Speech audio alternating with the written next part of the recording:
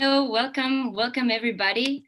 My name is Ainara Fernandez, and before we officially start this session, I will share with you some quick technical notes. So first and foremost, I would like to remind you that interpretation is available in 3 languages, in English, French, and Spanish. Please remember to mute yourselves when you're not speaking, and when you are speaking, please speak slowly and into the microphone, and also, if possible, turn on your video. So I would also like to remind you to encourage you to use the chat box for posting any comments, any questions, any resources. We will make sure to pick this up during this conversation and also in the follow-up to this session. With further ado, I will now like to yield the floor to our Secretary General, Emilia Saiz. Emilia, the floor is yours. Thank you very much, Ainara. Thank you, team. Greeting a special rapporteur on the right to adequate housing. Dear colleagues and members, I am delighted to welcome you to one of our first sessions of the UCLG Executive Bureau. We feel very honored that this consultation to local and regional governments is taking place within the realm of our Executive Bureau, because for United Cities and local governments, for our constituency, the right to housing is a very critical issue. And during this pandemic, it has become even more important in our agendas.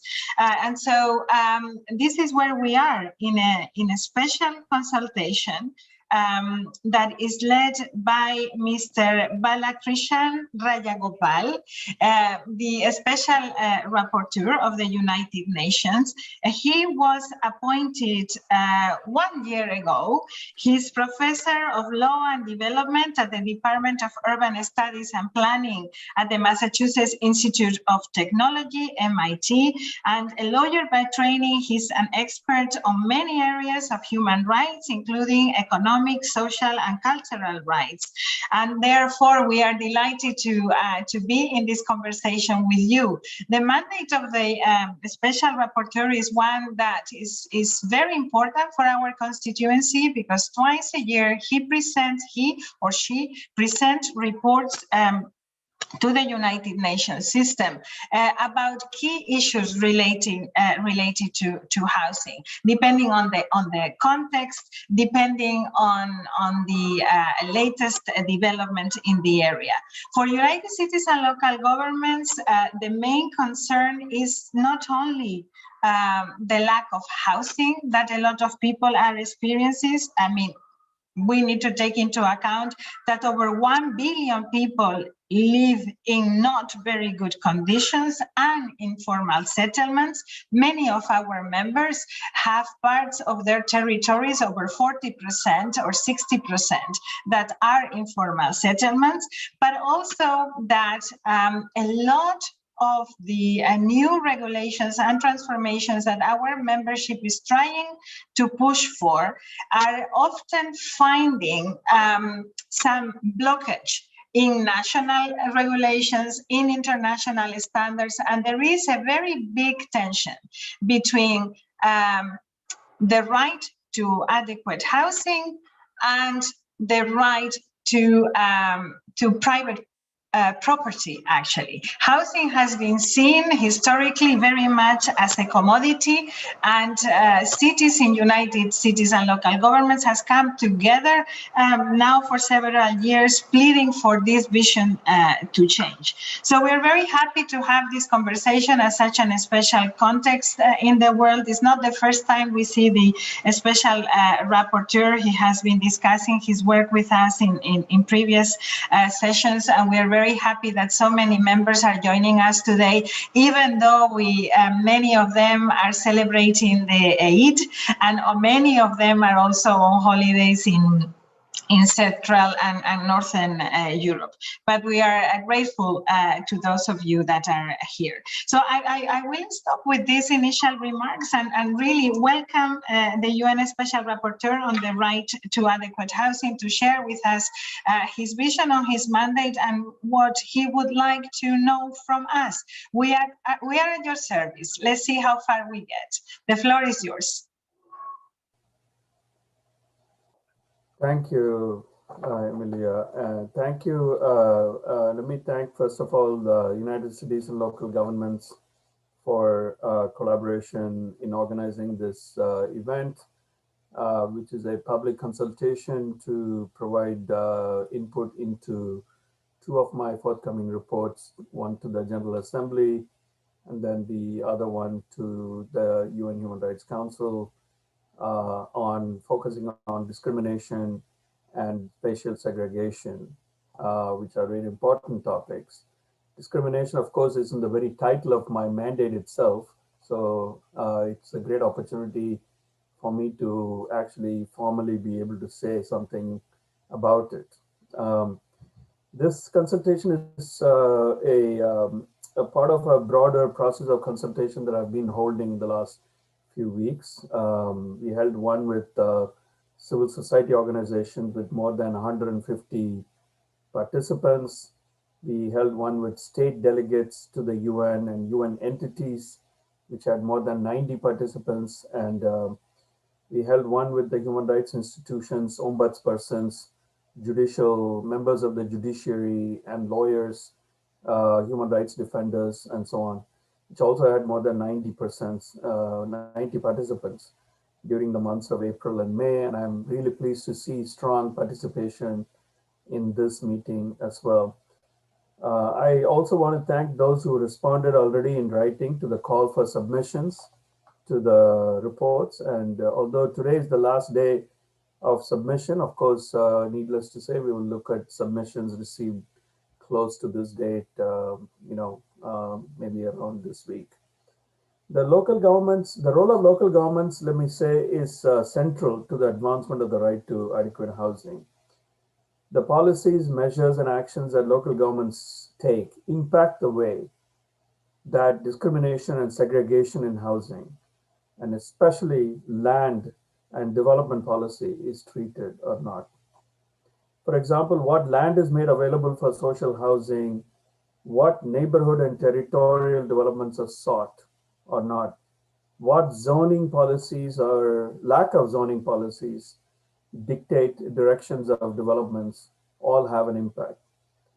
Local governments are indeed at the front line of the major challenges confronting the realization of the right to adequate housing as well.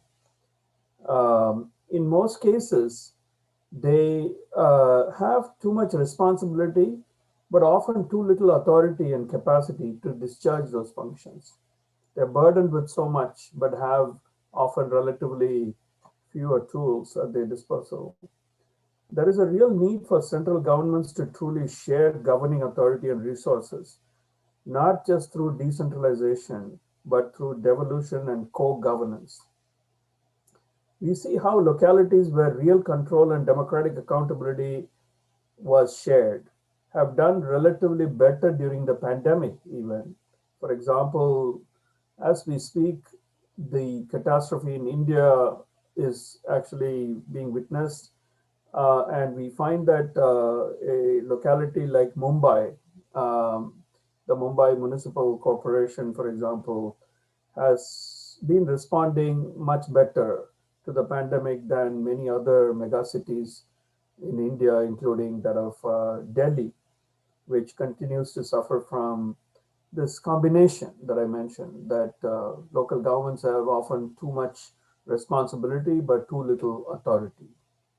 Um, Initiatives like the Municipalist Declaration of Local Governments on the Right to Housing in the City, the Guangzhou Guiding Principles for a Human Rights City, as well as the Right to the City Global Platform are important examples of the type of leadership being taken from the local levels to integrate a rights-based approach to local governance. And I warmly welcome all of these initiatives. Historical challenges confront us when we think about discrimination and spatial segregation. It's important to acknowledge that the historical challenges are part of the realities and existing challenges that face the question of discrimination and the right to adequate housing, from the context such as the well-known context such as South Africa, but also, of course, that of the United States, to other countries. There have been local zoning and housing policies that have established and deepened patterns of discrimination and segregation, which have proven to be extremely hard to deal with. The contemporary challenges on the right to housing are also quite important. Um, I think one of the major questions there is the question of how contemporary forms of global capitalism are affecting discrimination and segregation in relation to the right to adequate housing. For example, the increasing commodification of land and housing has resulted in urban development and planning policies increasingly being directed towards real estate and private market interests. How the private market is being monitored and regulated is an important question, um, because it raises a question of its discrimination against marginalized, historically marginalized communities being perpetuated and deepened in the name of market deregulation and commodification. Is the failure to regulate the markets resulting in deepening conditions that historically existed? Or new forms of discrimination being perpetrated, for example, discrimination against migrant communities, uh, being perpetrated, including through the use of new technologies and tools, such as the misuse of big data and algorithms in how peoples and families can access the housing market. Of particular importance, we need to ask how historically marginalized racial and ethnic groups, lower caste communities, indigenous peoples, religious groups, women, LGBTQ communities, disabled people, and other groups are currently facing systems of discrimination and segregation in relation to adequate housing. We need to consider both what forms of discrimination and segregation are being perpetrated by private sector, including landlords and the real estate industry, which is very tightly implicated with the global finance industry now, as well as public sector and the role of local and state governments. How is the approach to the provision of social housing being affected by the fact that more social housing schemes are being increasingly directed towards mixed income development and private market oriented housing? We need to ask those questions.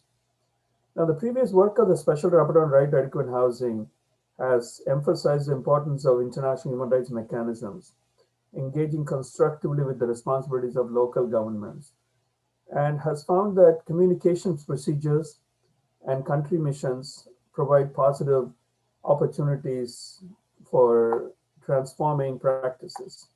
In particular, this was addressed in detail by the former Special Rapporteur Leilani Farha in her 2014 report to the General Assembly. That report found that housing rights claims at the domestic level often address the role of local and other subnational governments and have generated contextualized understandings of the right to adequate housing. Now, it's important to remind all of us that international human rights obligations of a state extend to all levels of government and to any exercise of governmental authority. All branches of government, executive, legislative, and judicial, and other public or governmental authorities at whatever level, national, regional, or local, are in a position to engage the responsibility of the state party. That's the precise language that we find, for example, in the context of federal states in Article 28 of the International Covenant on Economic, Social, and Cultural Rights, and Article 50 of the International Covenant on Civil and Political Rights, that says that the provisions of the present covenant shall extend to all parts of federal states without limitations, any limitations or exceptions. Trends towards decentralization and greater responsibilities for local and subnational governments have meant that states' obligations under international human rights law rely increasingly on implementation by local and subnational governments. Local governments also hold an important role for their responsibilities for provision and management of services, such as water, sanitation, electricity, and other infrastructure, land use planning, zoning, and development that relate to decisions regarding evictions, displacement, and relocation. implementation of programs to upgrade informal settlements and inadequate housing, enforcing health, safety, environmental, and building standards, as well as, of course, providing emergency shelter. Social movements around land and housing, which are mostly local in origin and character, also mean that local governments are directly engaging with the politics of mobilization and protest. So, for all these reasons, I think it's extremely critical that I hear from all of you, importantly, and I will listen carefully. This consultation is an opportunity to both learn the realities facing localities in different contexts and to share any positive or affirmative measures being advanced to address various forms of discrimination and segregation as they relate to the right to adequate housing. So thank you again for co-convening this meeting, and I look forward to this session very much.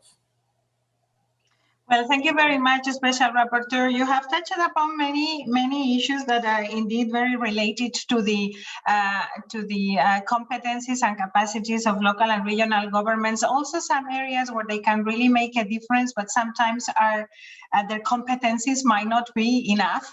And I think it is relevant for our members to share with you what they are facing when they are trying to change this fact, when they realize they should have more competencies in some areas and they don't have. You have also touched upon some very important issues such as land ownership and zoning, where we have to admit as a constituency that we have made quite a few mistakes. And even during the pandemic, we have also seen how important evictions have been.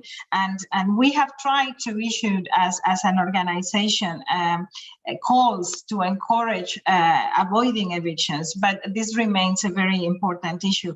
I also would like to highlight the issues around financing, but I would also like to encourage the members to share the experiences that they are having when they are trying to change the way in which the housing stock is being used to face these private market issues that you were mentioning, and then they are stopped by justice. I mean, we have several members that have been facing this, like Amsterdam and others.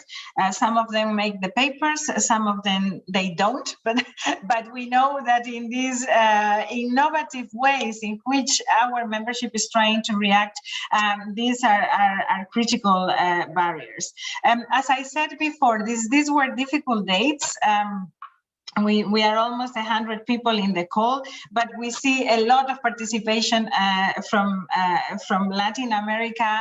We are trying to make sure that we have a very diverse conversation, and I think we just need to kick it off. I want to also acknowledge the important role that our committee on social inclusion, participatory and human rights plays in the mobilization of the membership on this area. You know, a large movement like ours needs champions and pioneers, and some of them are the ones that you are going to be hearing today. So I am here with the coordinator of that committee, with Amanda Fletty, whom you and your team knows well, and we will try together to get as much feedback as we can. So Amanda, can you do me the honors and kick off the discussion, and I will stick around with you and we'll try to do this together. Amanda, the floor is yours.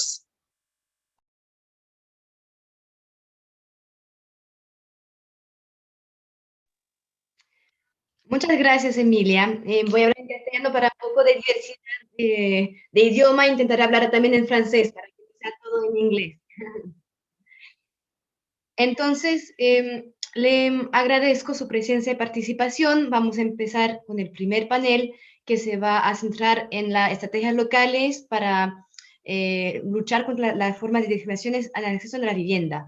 Y para esto voy a invitar a que el secretario Jaime Morales de la Ciudad de México nos exponga su experiencia de las realidades en la Ciudad de México, contestando a una de las preguntas que aparecen en la pantalla.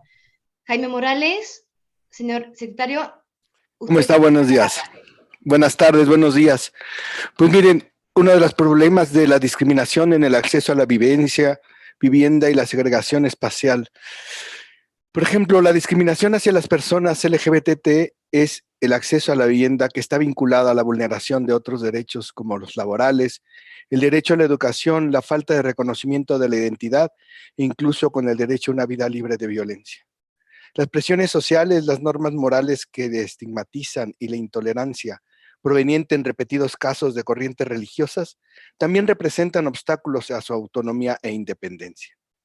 La precariedad en la que muchas personas LGBT viven es otro factor determinante, particularmente para las personas transgénero que en distintos escenarios deben enfrentar contextos de violencia. Varias personas LGBT llegan a la Ciudad de México como parte de un proyecto de vida en favor de su libertad y seguridad. Sin embargo, las condiciones pueden ser difíciles, mientras que en otras entidades la vivienda puede ser más accesible. Las condiciones de vida y los discursos de odio hacia las personas LGBT impiden que su vida de forma digna y respetuosa.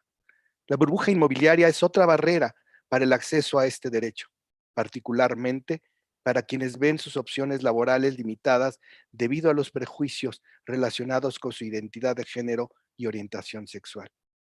El derecho a la vivienda a nivel local está reconocido en condiciones de igualdad y sin discriminación para todas las personas, el artículo 9 de la Constitución Política de la Ciudad de México y en la Ley de Vivienda para la Ciudad. Desde distintas iniciativas han surgido con el objetivo de subsanar la falta de acceso al derecho a la vivienda de las personas LGBT. Desde el gobierno, el Instituto del Fondo Nacional de la Vivienda para los Trabajadores, Infonavit, busca empezar a saldar esta deuda histórica, otorgando créditos hipotecarios para parejas del mismo sexo.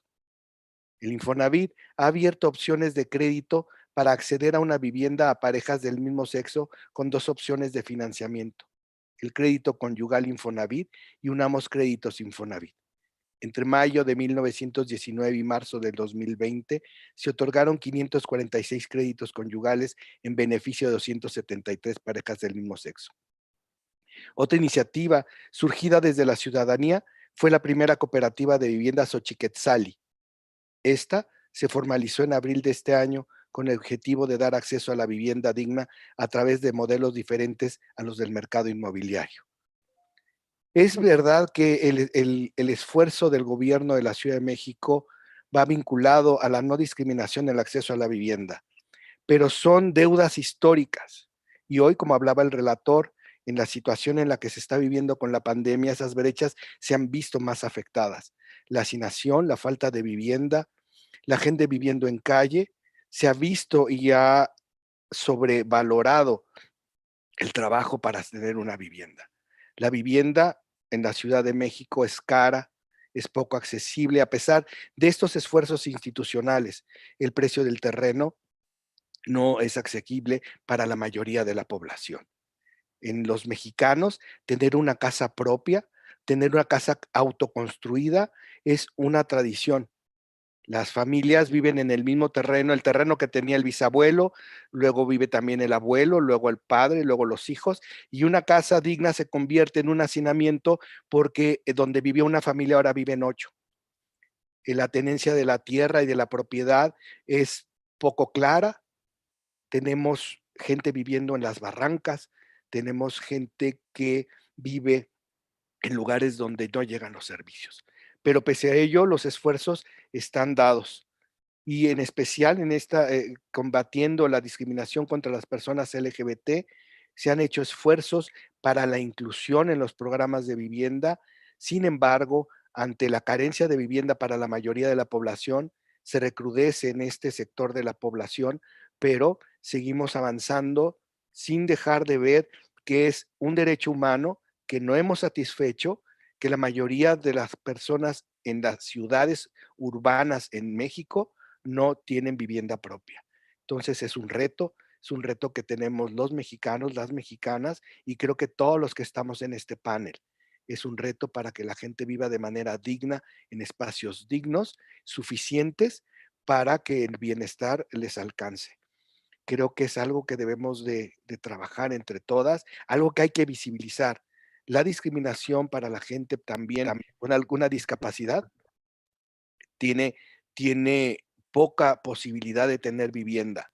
Entonces, las poblaciones de atención prioritaria están abandonadas en cuanto al acceso a la vivienda. Es cuanto. Buenos días, buenas tardes. Muchas gracias, subsecretario Jaime Morales, por compartir la experiencia de México y sobre todo la situación, ¿no?, de los grupos LGBTQ en la Ciudad de México en el acceso a la vivienda. Je vais maintenant donner la parole à Agathe Faure de la ville de Villeurbanne. Agathe Faure, est-ce que tu es dans les parages? Oui. Parfait, je te laisse la parole. Bonjour à toutes et tous. Villeurbanne, tout comme beaucoup de collectivités locales membres de l'ANVITA, l'Association nationale des villes et territoires accueillants, est traversée par la question de l'hébergement d'urgence et du logement. L'ANVITA anime ainsi en 2021 un groupe thématique pour permettre l'échange de pratiques entre collectivités, élus comme techniciens, pour trouver des solutions aux nombreuses situations de sans-abrisme en France, touchant en grande partie les personnes exilées sur le territoire. Concernant l'hébergement d'urgence, c'est une compétence régalienne de l'État. On note toutefois qu'un demandeur d'asile sur 2 n'a pas accès à un hébergement. Mais les demandeurs d'asile ne représentent pas toutes les personnes migrantes en France. Il y a également ceux et celles qui viennent d'arriver, les sans-papiers, etc. Les collectivités engagées prennent donc en charge, dans la mesure du possible, en fonction de leurs moyens financiers et fonciers, des solutions d'hébergement pour que toute personne puisse avoir un hébergement dans l'attente d'un logement plus pérenne. Certaines payent des nuitées d'hôtel, d'autres mettent à disposition par convention avec une association des anciens logements d'instituteurs, construisent des tiny houses, etc.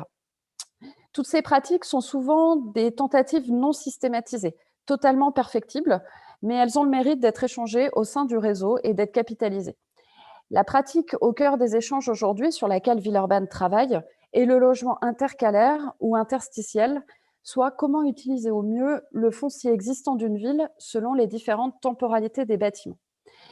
Concernant l'hébergement d'urgence, les recommandations que nous aimerions faire, c'est une mise à l'abri inconditionnelle effective par l'État via ses préfectures, une meilleure coordination entre les collectivités et les services déconcentrés de l'État, et penser l'habitat modulaire, transitoire, intercalaire pour s'adapter aux besoins en fonction des arrivées sur un territoire, notamment les territoires dits de transit. Concernant plus particulièrement les discriminations dans le logement, le problème de ces discriminations se pose différemment dans le logement privé classique ou dans le logement social. Le logement social français promeut la mixité sociale, qui est intrinsèquement vectrice de discrimination car elle est productrice d'altérité. On fabrique des autres, des indésirables, trop nombreux, jugés trop nombreux dans certains quartiers. Quand on cherche à définir ce qu'est la mixité sociale, ces critères, on arrive très vite sur de la mixité ethno-raciale. Et donc, le constat discriminatoire qu'il pourrait y avoir trop de personnes racisées dans tel ou tel endroit pour que l'ambiance de quartier ou d'immeuble soit bonne. C'est une question très sensible en France, très peu portée au niveau national. Pourtant, c'est une question fondamentale pour arriver à l'idéal d'égalité de notre devise nationale. Plusieurs choses amènent à des discriminations systémiques à l'accès au logement social. Le manque de transparence des attributions, des critères d'attribution non objectivés, la taille des logements, avec par exemple un manque criant de logements de grande taille pour les familles nombreuses qui pénalisent statistiquement les familles d'origine africaine, ou encore l'implantation de ces logements sociaux dans la ville. Dans le logement privé, on retrouve 2 grandes discriminations, ethno-raciales toujours, et pour les personnes en situation de chômage. Ces 2 catégories de personnes sont particulièrement stigmatisées et vues comme problématiques ou mauvaises payeuses. La ville de Villeurbanne a effectué un testing à la location de logements dans le secteur privé en 2011. Les résultats étaient édifiants. Les personnes racisées étaient discriminées avant la visite du logement, mais encore plus après la visite du logement, et de façon encore plus prononcée pour les quartiers les plus valorisés de la ville. Il y a une coproduction des discriminations du propriétaire et des intermédiaires du logement, comme l'explique très bien le sociologue Thomas Kirschbaum. Ces discriminations se poursuivent dans l'accession à la priorité.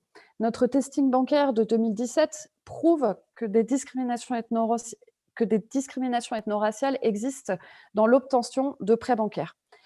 Mais dans le secteur privé, sans portage politique national, sans législation, les collectivités locales ont peu de prise sur les acteurs pour faire changer les pratiques, et c'est au rythme du bon vouloir des intermédiaires du logement que nous avançons ou nous reculons.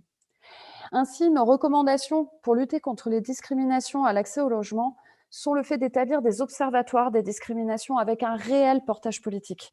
Il faut reconnaître le problème, le quantifier et suivre son évolution. On peut aussi proposer le scoring pour objectiver les critères d'attribution. Les critères donnent des points, ce qui va permettre d'avoir une attribution objective. L'anonymisation des dossiers pourrait vraiment lutter contre les discriminations. On peut aussi penser à aller vers le choix plutôt que de l'attribution forcée. Les candidats pourraient se positionner sur un bien, faire leur choix dans les biens qui sont disponibles, et ensuite l'attribution se ferait selon des critères objectifs. Et enfin, une formation des intermédiaires du logement à la lutte contre les discriminations. Il y a un manque de formation, et je crois que c'est important que toutes et tous nous soyons formés à ces questions-là. Je vous remercie de votre écoute. Thank you very much, Agathe, for sharing this experience and highlighting the racial discrimination in the public sector, in the private sector, and the different kind of policies that you have been implementing, like the testing or the training of public servants to fight against this kind of discriminations. Thank you very much. I will now give the floor to our next speaker, which is Maria Elisa Roca from the city of Buenos Aires. She's the housing director. Can you hear me? The floor is yours. María Elisa. Hola, buenos días. Bueno, primero agradecerles por la invitación. Realmente me veo muy motivada a hablar de estos temas. Para nosotros la discriminación en muchas de sus variantes tiene que ver con las barreras de acceso a la vivienda, pero también a las barreras de acceso a una vivienda adecuada para estos grupos específicos vulnerables que realmente en la ciudad de Buenos Aires nos preocupan muchísimo desde hace mucho tiempo, desde que la ciudad de Buenos Aires tiene un compromiso con una política de urbanización de barrios populares, de villas, como le decimos acá, donde ahí la realidad es que por más procesos metódicos y sistemáticos y reglas operatorias, realmente la diversidad cultural, la diversidad de esta vulnerabilidad habitacional se hace como muy relevante, entonces donde todo se vuelve realmente excepción, ¿no? Entonces un colectivo que nos preocupa muchísimo y que muchas veces tiene estas situaciones de incapacidad o de barrera de acceso a la vivienda, tiene que ver con aquellas mujeres víctimas de violencia de género. Para nosotros es un colectivo al cual nos desvela poder darle una solución, sobre todo cuando en los barrios populares, para poder urbanizar esos barrios, lo que se hace son relocalizaciones de esas familias y donde ese rol de la mujer hay que cuidarlo muchísimo para que realmente pueda tener sus derechos. Por otro lado, el colectivo trans o toda esa diversidad cultural es un poco lo que engloba toda nuestra política de urbanización de barrios, y lo que hemos aprendido de ahí es que por más que la política pública tiene que ser general y dar respuestas a gran escala, la realidad es que el trabajo familia a familia, el conocimiento, el poder cambiar un poco la cabeza en poder generar formas de habitar diversas para estos colectivos específicos que se ven discriminados en su acceso a la vivienda por infinitas cuestiones, como mencionaban, desde familias numerosas que quizás no encuentran la vivienda adecuada para poder habitar, y lo que hoy en día, y un poco también con lo que comentaban sobre lo que la pandemia nos vino a recordar con los desahucios, también es toda esa barrera del imaginario que se tiene, por lo menos en Latinoamérica, y supongo que lo compartirán, que es este imaginario de la solución habitacional estable, la única es la vivienda en propiedad. Entonces nos vino a nosotros, si bien la ciudad de Buenos Aires tiene un 40% de inquilinos, nos vino a poner en ese lugar de poder justamente intentar tener una política que elimine esas barreras de acceso. Y ese también es una barrera, como les comento, también de ese imaginario, ¿no? De ese imaginario también de poder pensar otros modos de habitar más colectivos. El colectivo trans, que lo trabajamos mucho con la Subsecretaría de Derechos Humanos y Pluralismo Cultural, la realidad es que busca otros modos de habitar que muchas veces no están considerados o no se toman en cuenta, o quizás incluso la propia imposibilidad de la justicia a veces en lo que nos pasa en la Ciudad de Buenos Aires, de poder aceptar otras maneras que puedan acercar más a esa demanda de vivienda con otras formas de habitar.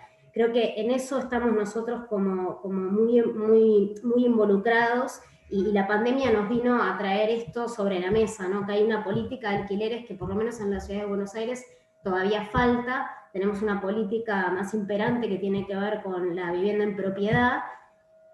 Incluso tenemos una ley de hace 20 años que da lugar a las cooperativas de vivienda, a la autogestión del hábitat, y muchas veces ahí está, como también lo mencionaban, la barrera del acceso al suelo. Muchas veces estos grupos más minoritarios se ven como muy complicados en acceder al suelo para justamente poder construir esas viviendas en forma cooperativa. Entonces, hoy en día lo que nosotros estamos trabajando al margen de la política de integración de barrios es empezar a considerar toda esta vulnerabilidad que se encuentra más dispersa en la Ciudad de Buenos Aires, y nos parece fundamental, y tal vez parezca una obviedad, pero tal vez no lo es tanto, es la construcción del dato, no solamente del déficit habitacional, sino poder relacionar también esa calidad, esas trayectorias habitacionales de esas familias que muchas veces tienen que ver con estos grupos específicos que se ven discriminados en el acceso al hábitat, también con sus ingresos, cosa que parece evidente, pero no lo es tanto. Y después con un trabajo muy codo a codo con esos hogares, porque se necesita un acompañamiento social específico, que también creo que es algo que parece obvio, pero muchas veces no lo es tanto, y desde el Estado muchas veces es muy difícil generar ese acompañamiento social adecuado, ese recurso humano que sepa poder acompañar, que esté presente en procesos muy largos, donde claramente se necesita una política integral, interministerial, y desde ese lugar también estamos trabajando. Y por otro lado, generar una política habitacional diversa, con programas diversos para poder atender a estos colectivos específicos que no todos precisan ni necesitan las mismas condiciones, no solo de acceso, sino también la calidad arquitectónica. Muchas veces se deja de lado un poco esto que a mí me resulta clave. Y por otro lado, también otra barrera es la confianza que muchas veces tiene la población sobre el Estado, y creo que en eso también hay que seguir trabajando y encontrar un Estado mediador entre las partes, la barrera entre propietarios e inquilinos en una política de alquileres. Así que en eso estamos, por lo menos en la Ciudad de Buenos Aires, muy preocupados y involucrados. Muchas gracias, Elisa, por compartir ese reto, ¿no? de la diversidad de las formas de vivienda, que me parece también muy importante, no solamente en el acceso, pero después en el vivir, ¿no? en el cotidiano también, de respuestas que puedan ser, que representan la diversidad de las formas de vivir y de habitar. Para nuestro último ponente vamos a invitar a la ciudad de Sao Paulo, a la secretaria Greco. Si, por favor, entonces me avisaron que van a dividir los 5 minutos por 2 minutos y medio cada uno. Bueno, ustedes eligen, pero por favor respetar el tiempo que está otorgado. Muchas gracias, y secretaria Greco, la invito a hablar. Entonces, si me escucha. Sí, escucho. Perfecto, gracias. Gracias. Buenas tardes a todos. Soy Silvia Greco, secretaria municipal de Personas com Discapacidade da cidade de São Paulo. Hará mi audiodescripción personal para asegurar la inclusión de personas ciegas. Soy una mujer blanca con cabello castaño hasta los hombros, lentes y blusa azul marino. La Secretaria Municipal de Personas com Discapacidade de São Paulo, creada em 2005, tiene como misión principal promover en igualdad de condiciones el ejercicio de los derechos y liberdades fundamentales de las personas con discapacidad en el municipio, con miras a su inclusión social y ciudadanía.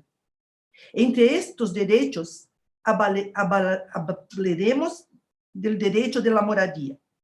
Así, en lo que respecta a la accesibilidad en la moradia, podemos recordar de Lei Brasileira de Inclusão, regulada em 2015, que indica que em los programas de moradia, las personas com discapacidade gozam de prioridade em la aquisição de propriedade para sua própria habitação. También registro las residencias inclusivas implementadas por el municipio de São Paulo, donde jóvenes y adultos con discapacidad reciben un servicio calificado por un equipo multiprofesional. Enfatizo que a cidade de São Paulo segue comprometida com a defesa e expansão das vozes de los gobiernos locales mediante a adopção de práticas de acessibilidade arquitetônica, atitudinal e comunicacional em todas as áreas da administração pública. Temos a certeza de que a acessibilidade universal é fundamental para que podamos seguir com a búsqueda de uma vida em que os ideais de los ODS sejam uma realidade comum e cada vez mais cercana. Compartilhando experiências e guiando com o bom exemplo, somos mais fortes.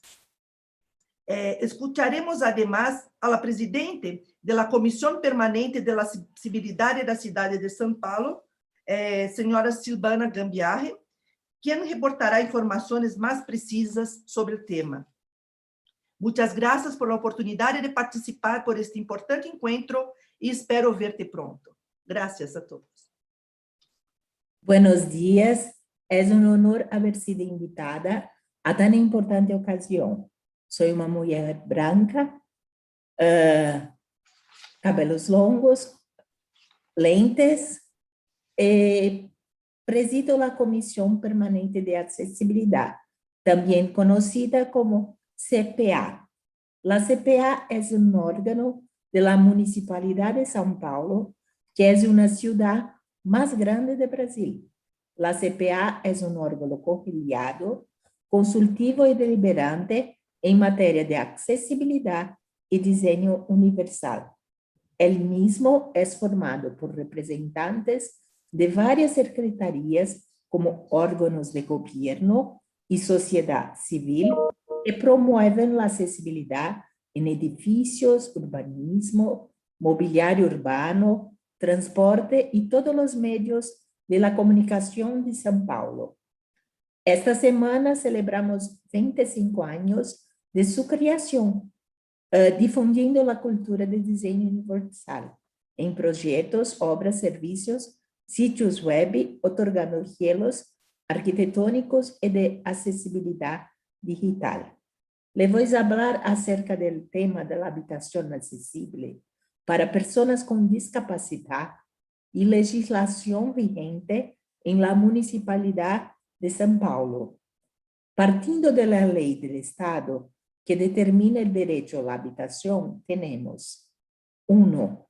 El decreto de 2008 que determina la aplicación del diseño universal en proyectos de la habitación de interés social, elaborando protocolos y implementando licitaciones entre arquitectos para desarrollar mejores proyectos. 2. Por el tema de las leyes municipales, existe la legislación desde 2004 con la CPA monitoreando su implementación y disponiendo de los proyectos, garantice al menos 3% de las unidades sean accesibles. Cuando la legislación no prevé ascensor, debe haber un espacio para la instalación futura de equipos mecánicos para el transporte vertical. 3. Acerca de los proyectos de habitaciones del sector privado. Ellos deben diseñarse con unidades 100% adaptables, o que se pueda convertir en una unidad accesible sin recargo adicional. Gracias por el tiempo y atención. Muchas gracias, Silvana, y gracias a los primeros ponentes que mostraron, ¿no?, la diversidad del tema de las discriminaciones al acceso a la vivienda. Voy a dejar la palabra a Emilia de nuevo para animar un poco esa primera ronda de discusión que vamos a abrir ahora. Thank you very much, Amanda. I don't know whether the special rapporteur would like to give us reactions now, or whether you would prefer to have reactions from the floor first. What do you prefer? Thank you, Emilia. I think that it might be better to maybe go for one more round of inputs, and then I can provide a short reaction. Wonderful. Because I think there are a lot of participants, so it's better to have. That's correct. We've got quite a few Yes. ahead, yes. But let us do reactions. I am opening the floor now, and I welcome inputs from those that have not spoken yet, but also if you so wish to react to what you have heard from your colleagues. There have been very interesting cases presented, cases from special grants to be provided to same-sex couples, for instance, in Mexico, to specific councils and advisory boards to ensure accessibility, to connecting social services to some of the housing policies. You have presented legislation. And now my question to you is, what do we need to do next? In fact, what are we missing for all of these policies to work? One of the speakers, I think it was our colleague from Villeurbanne, she was saying that some of the urgency measures that local governments are taking are not systematized, and you never know whether they will be temporary or whether you can expand on time. So I'm wondering, do you have inputs, colleagues? I don't see any hands yet. So let me know. If not, we can always go round to the next round. Yeah? But let us give us a few more moments. Yes, we have in fact with us the UCLG. Sorry for that. The UCLG special envoy for the new urban agenda, Carlos Martínez. The mayor of Soria in Spain.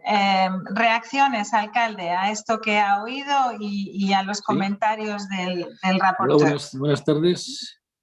Buenas tardes, Emilia. Buenas tardes, compañeras y compañeros. He escuchado atentamente, he intentado escuchar atentamente todas las intervenciones y si hay una cosa que demuestran es el compromiso, ¿no?, de los gobiernos locales con la problemática que hoy por hoy es transversal en todas las regiones del mundo, que es el acceso a la vivienda, sobre todo a los colectivos ya de por sí más vulnerables, ¿no?, que es todavía, les hace ser precisamente más débiles, tener más brecha de desigualdad con respecto a otros, precisamente por la incapacidad de poder acceder a una vivienda, ¿no?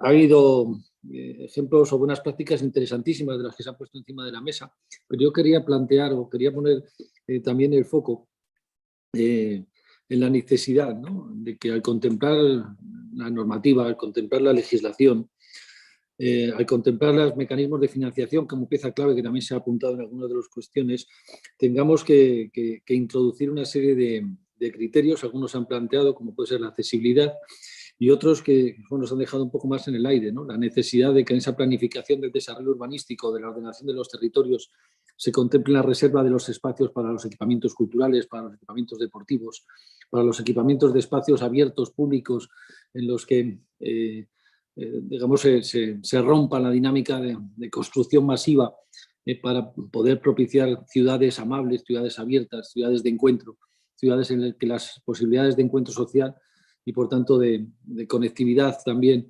entre las personas que las habitan sea mucho más agradable, ¿no? Eso creo que es un matiz que tenemos que intentar poner siempre encima de la mesa, ¿no? Incluso que lo planteemos también desde el punto de vista de la conservación del patrimonio histórico, del patrimonio natural que por hoy albergan los espacios que el crecimiento de las urbes van reduciendo en un gran porcentaje, y creo que tenemos que poner también el foco ahí, ¿no?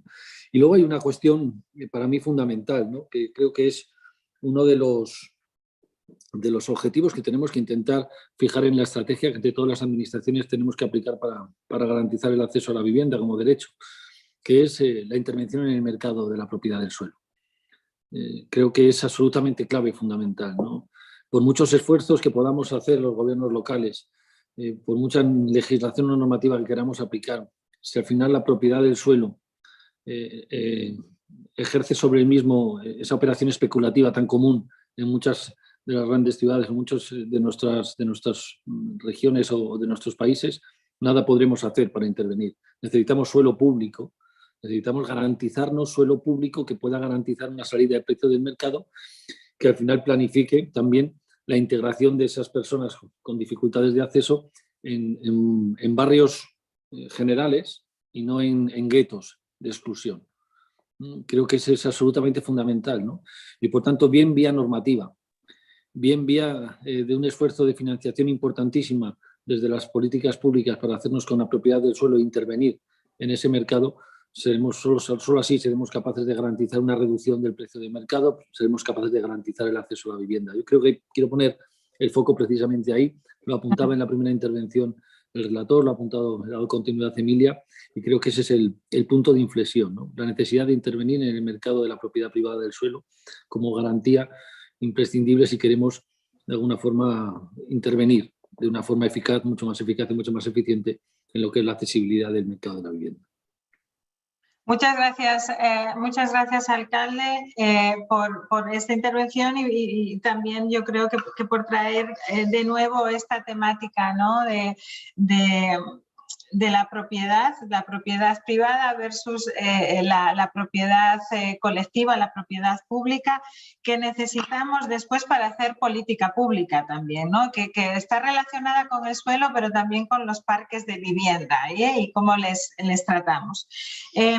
Pues voy a seguir ahora con Anabel Rodríguez Basanta, de la ciudad de Barcelona, del Departamento de Derechos de la Ciudadanía.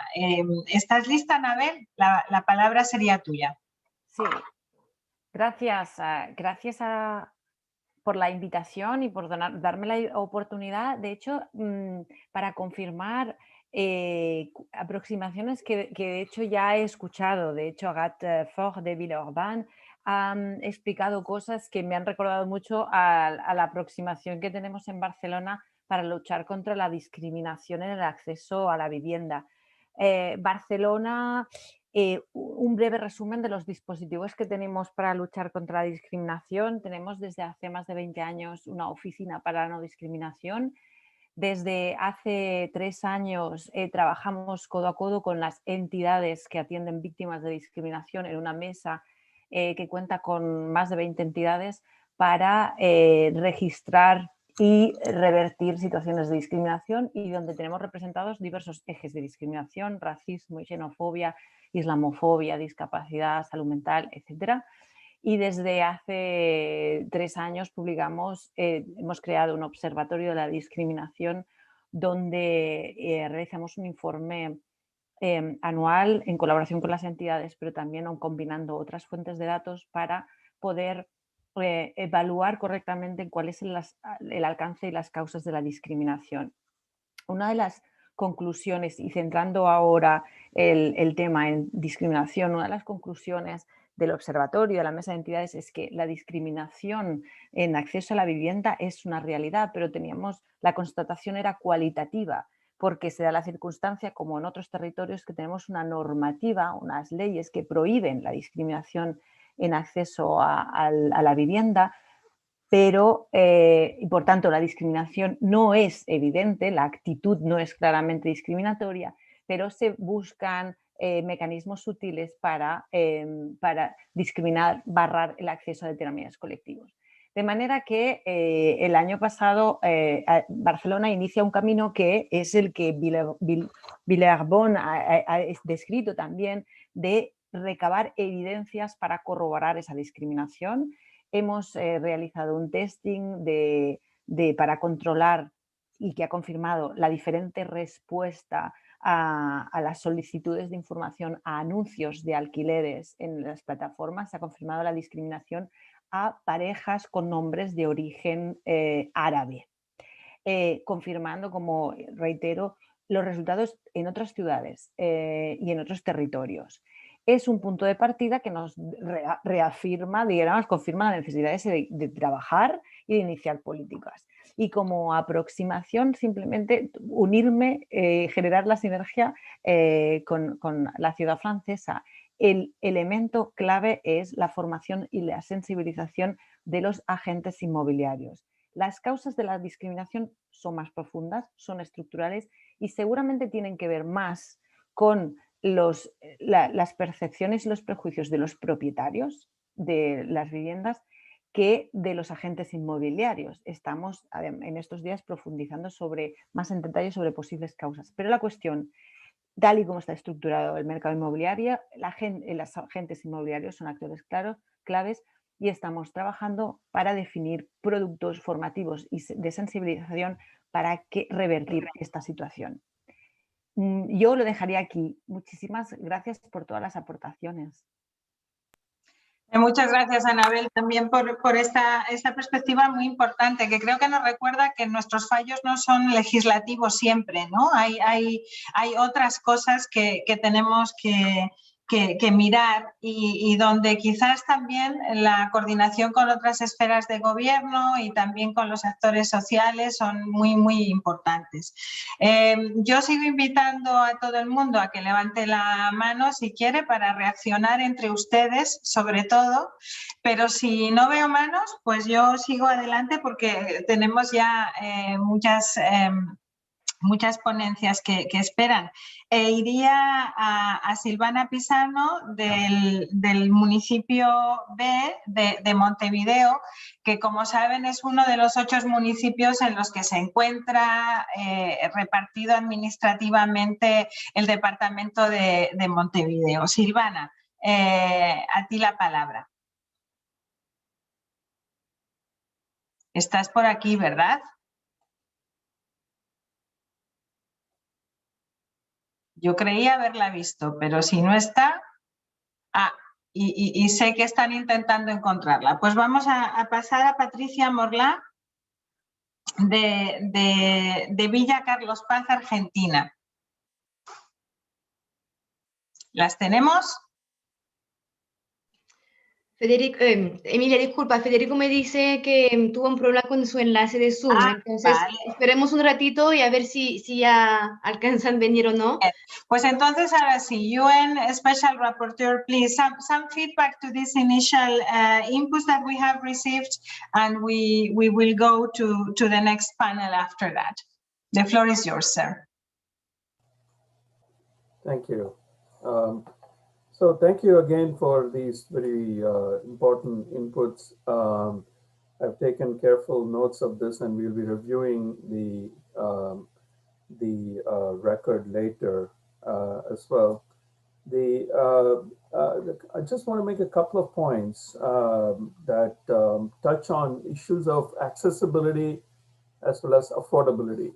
These are 2 core elements of the right to adequate housing, and that have come out quite clearly that there are serious concerns and problems with regard to affordability that continue to exist, for example, and with the related issues of homelessness, especially for marginalized communities like LGBTQ communities. And this is actually something that is borne out by quite a bit of scholarly analysis and research data as well. In the United States, for example, there is in the last couple of years, there have been several studies that have actually been published that actually establish quite strongly the correlation between these phenomena and the increasing likelihood of LGBTQ individuals becoming homeless, and especially the young people among LGBTQ becoming homeless. The youth homelessness proportion being very high among these communities. And I think it's a serious matter of serious concern. And I'm glad to hear Mexico approaching this, at least in the city of Mexico, in a variety of different ways. The other issue concerning concerning affordability has to do with, of course, the vexed question of private housing and the role of private sector, and especially the control over land. And here I strongly must agree with the different interventions, including from Carlos Martinez, that it's very important to design proactive interventions in markets to ensure right to adequate housing. Otherwise, there is no way. If you allow private sector to operate on its own, there is no way right to housing is going to be fulfilled on its own. And we saw that during the pandemic, in fact, many local governments did actually take proactive measures to engage with the protection of the right to adequate housing, measures that we thought were not simply possible, before the pandemic. But in fact, we found that many states intervened actively to take over private, for example, hotel rooms to provide for emergency housing. Paris did that, for example.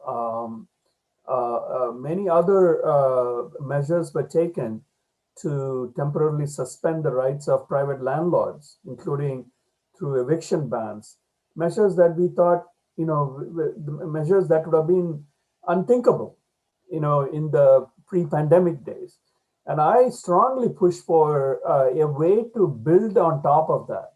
In my last report to the General Assembly on COVID-19, I said, look, if you can do it for a pandemic, right, you can do it surely to ensure that the broader goals of social equality and non-discrimination, which most states have committed themselves to in their constitutions, in their public announcements, etc. So you can clearly do more to do this. So don't come back with the response that, private sector does this and we are not responsible for what happens in the private domain.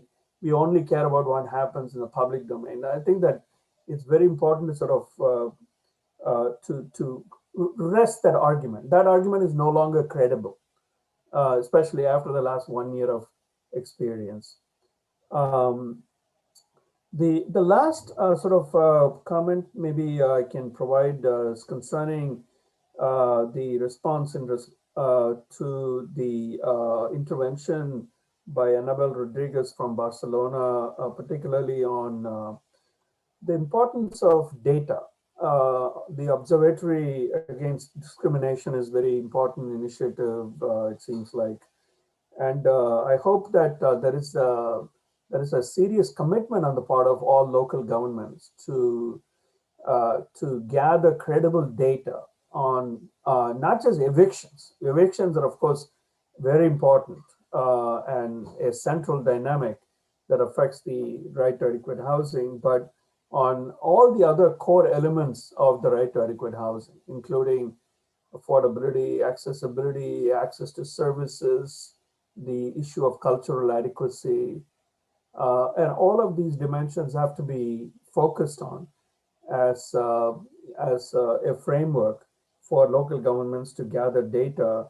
And there, to understand truly the impact of discrimination, it's very important that there is an attempt made to not just study the impact of explicit overt discrimination, that is discrimination that is intended, but also discrimination that results, from facially neutral efforts. That is, it looks like what you're doing has no discriminatory intent, but then it has the effect of having a discriminatory impact on some groups.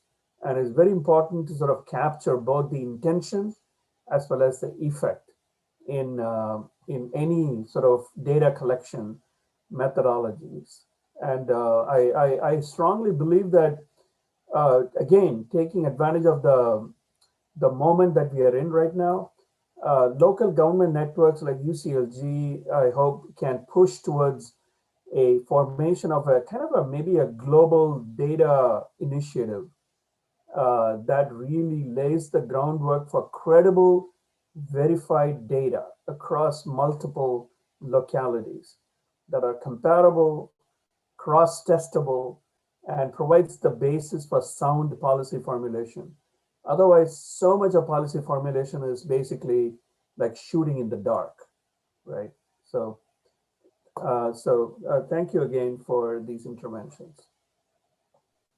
Well, thank you very much also for this concrete proposal, which I do think is worth looking into, and also for recalling something that our political leadership has been saying from the very start of the pandemic, and that in fact we had the opportunity to discuss with you about if we can do something in a temporary manner, then it's probably something that we can extend in time. And okay, yes, we might need additional resources, we might need to change some legislation, but we can follow that path. I think that is very interesting, and there are so many cases of use of buildings and indeed anti-eviction measures and other things that have been done during this pandemic that is worth looking at, not only around housing actually, but there have been many new service provisions developed to protect those that are more vulnerable. So I think it's worth looking at that. Jaime, yo creo que había levantado usted la mano, pero no le había visto. ¿Quiere intervenir todavía? Jaime Morales, de Ciudad de México. Sí, disculpe, muchas que gracias, no le... Emilia. Sí, me quedaba pensando en esto de la política pública y que no hemos hablado de la corresponsabilidad social. Es decir, creo que hemos normalizado que la gente malviva, que viva en casas sin servicios, y los que la viven lo tienen normalizado y los que lo vemos desde lejos lo tenemos normalizado. Y eso ha provocado una invisibilización total, y esa falta de servicios hace que la gente sienta que no merece tener agua potable, que no tiene que tener una casa mejor fincada, que no tiene el Estado la obligación de dotarlo. Y por otro lado, lo que decía Barcelona, creo que es muy importante hablar con el agente inmobiliario, pero hablar desde la solidaridad y la empatía. Es decir, ¿quién mide las ganancias de las empresas inmobiliarias para trabajar con la gente que menos tiene? En la Ciudad de México, por ejemplo, tenemos un programa que se llama Programa de Vivienda Incluyente. Y esto es que quien construya nuevas viviendas, el gobierno le da facilidades y le quita impuestos para que el 30% de esas viviendas se vendan a un precio más asequible. Y el tema ha sido que las personas que compran con el precio normal se sienten excluidos del precio más económico o sienten que no debería de vivir alguien de inferior nivel social en el mismo edificio. Y entonces una política pública con muy buena intención que habían aceptado los inmobiliarios a la hora de entrar al mercado ha tenido problemas de aceptación. Entonces, y esto creo que es una obligación de nosotras, de trabajar con la gente sobre la empatía y solidaridad con quien menos tiene. Y cuando hablaba el relator en relación a las personas LGBTQ, los jóvenes que se están quedando sin vivienda, el problema viene de la negación de las familias a darle derechos a esos hijos e hijas. Y entonces tienen que salir a la casa y llegan a la calle y no tenemos albergues y no tenemos soluciones para ellos. Y lo mismo sucede con la gente con alguna discapacidad, ya lo estaba diciendo Brasil. Entonces, la solidaridad social tiene que ser reforzada. La política pública debe ir de la mano con la gente. Debemos de hablar con los que necesitan la vivienda para saber qué necesitan, porque generalmente les imponemos una propuesta, un proyecto que no necesariamente es lo que se necesita. Gracias. Muchas gracias, Jaime. Muy importantes estos puntos. Y nosotros, como saben, dentro de CGLU estamos intentando ver qué más necesitamos que acompañe a lo legislativo ¿qué más necesitamos para que algunas de las políticas que se están llevando a cabo tengan verdadero éxito? Y este concepto de corresponsabilidad social, basado también en la visibilización y la empatía, forma parte, yo creo, que de un paquete amplio que nosotros estamos visionando como pasar a una sociedad de cuidados. Si pones el cuidado en el centro, y esto también incluye efectivamente las familias, cómo se perciben a los diferentes, a los otros grupos, creo que se pueden llegar a transformaciones muy importantes. Y quizás tengamos que invitar al rapporteur a que nos acompañe en socializar este concepto de cuidados también fuera del movimiento municipalista, porque efectivamente no es solamente financiación ni legislación la que estamos buscando, ni diferente uso de parcelas, sino algo más complejo, en donde yo creo que probablemente el desarrollo de observatorios en donde haya material también no solo cuantitativo, sino cualitativo, será muy, muy importante. Hasta aquí hemos llegado, diría yo, Amanda. I think we can go to the second panel that will be looking at segregation, local planning, housing, and zoning policy. I leave it to you for the next round. Thank you, Emilia. And yes, let's start the second panel. I would like to invite Lydia Edwards, City Councillor at Boston. Please take the floor. The floor is yours. Thank you very much. I want to echo what an honor it is today to address all of you and to discuss some of the segregation and patterns, and also some of the tools in the toolkit we're using here in Boston to address them. A lot of what was said earlier still applies to how the city plans and visions itself. There are dynamics looking at developers, looking at private market, and also obviously looking at the history and the legal bad and good laws that have been pushed through in the United States specific, and also in Boston, to actually and intentionally segregate people. So now we've inherited all of this. Most cities do have some sort of inherited harm and some sort of inherited intentional harm to disenfranchised groups. And this, what we're doing in Boston is we're being honest about that harm. We're being honest about how it's replicated throughout the city. And then also saying our zoning needs to be part of the healing. Zoning, for those of you who may not know what it is, it's really taking the city planning and visioning and making it the law, and how you are going to spatially put things, how dense you will be, how high you will go, where the schools will go, how close to public transportation. That is zoning. And so at its very essence, it is about how you see your city. So what we're doing in Boston is acknowledging that zoning has been the most effective tool at segregating cities, because you can pass progressive legislations, and we did in the 60s. And by the time it got to the local level, through 1,000 cuts of zoning, we were able to make sure that we were more segregated in some cases than we were then in the 60s. And we have recently created one of the largest, whitest, richest neighborhoods in Boston. And that just happened about 5 years ago, finishing that development. Again, not visioning or seeing this.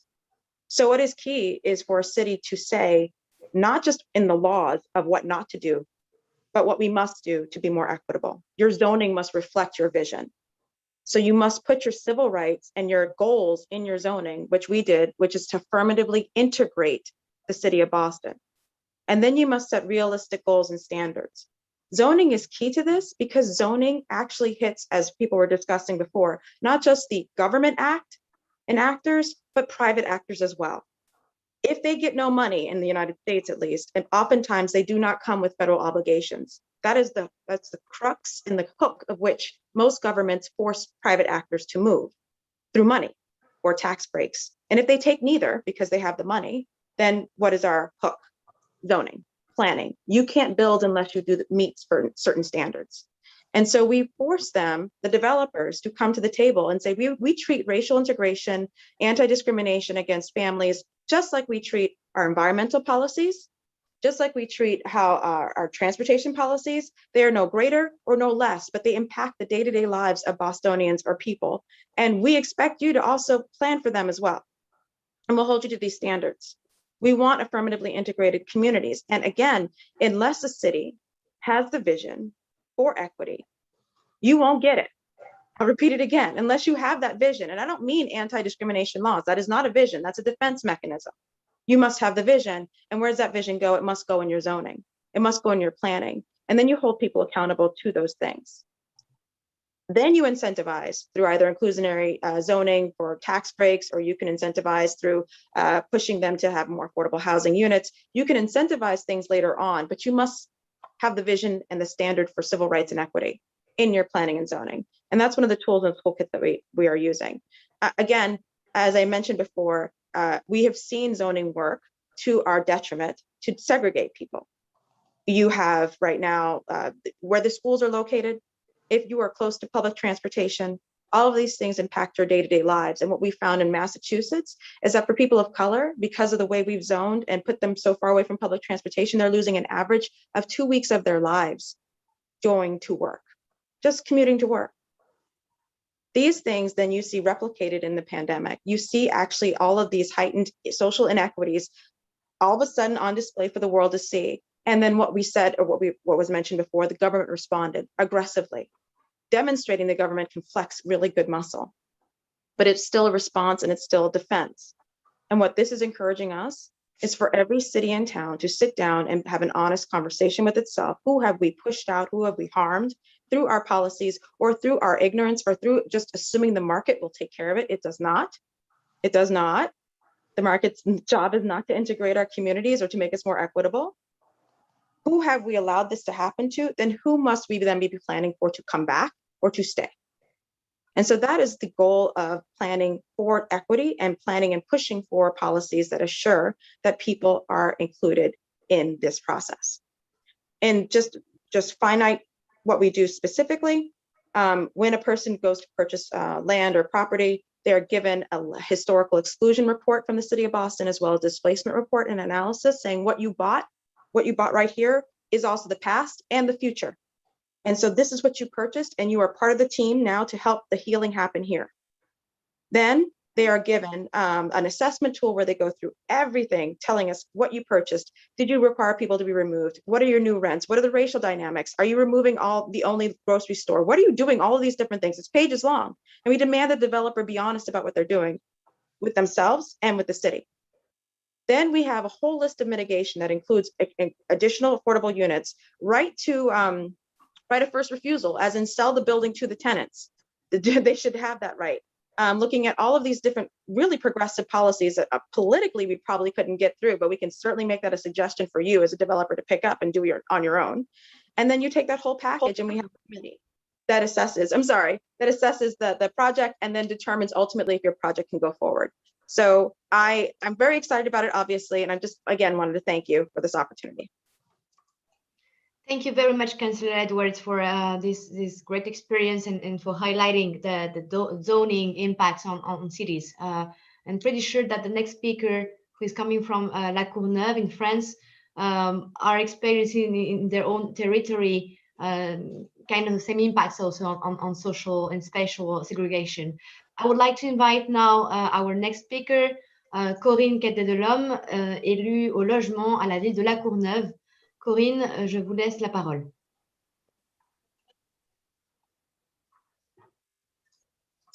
Bonjour à toutes et à tous, et puis merci de m'avoir invité à cette initiative que j'apprécie, où j'apprends déjà plein de choses, et je souhaitais partager avec vous la réalité de La Courneuve.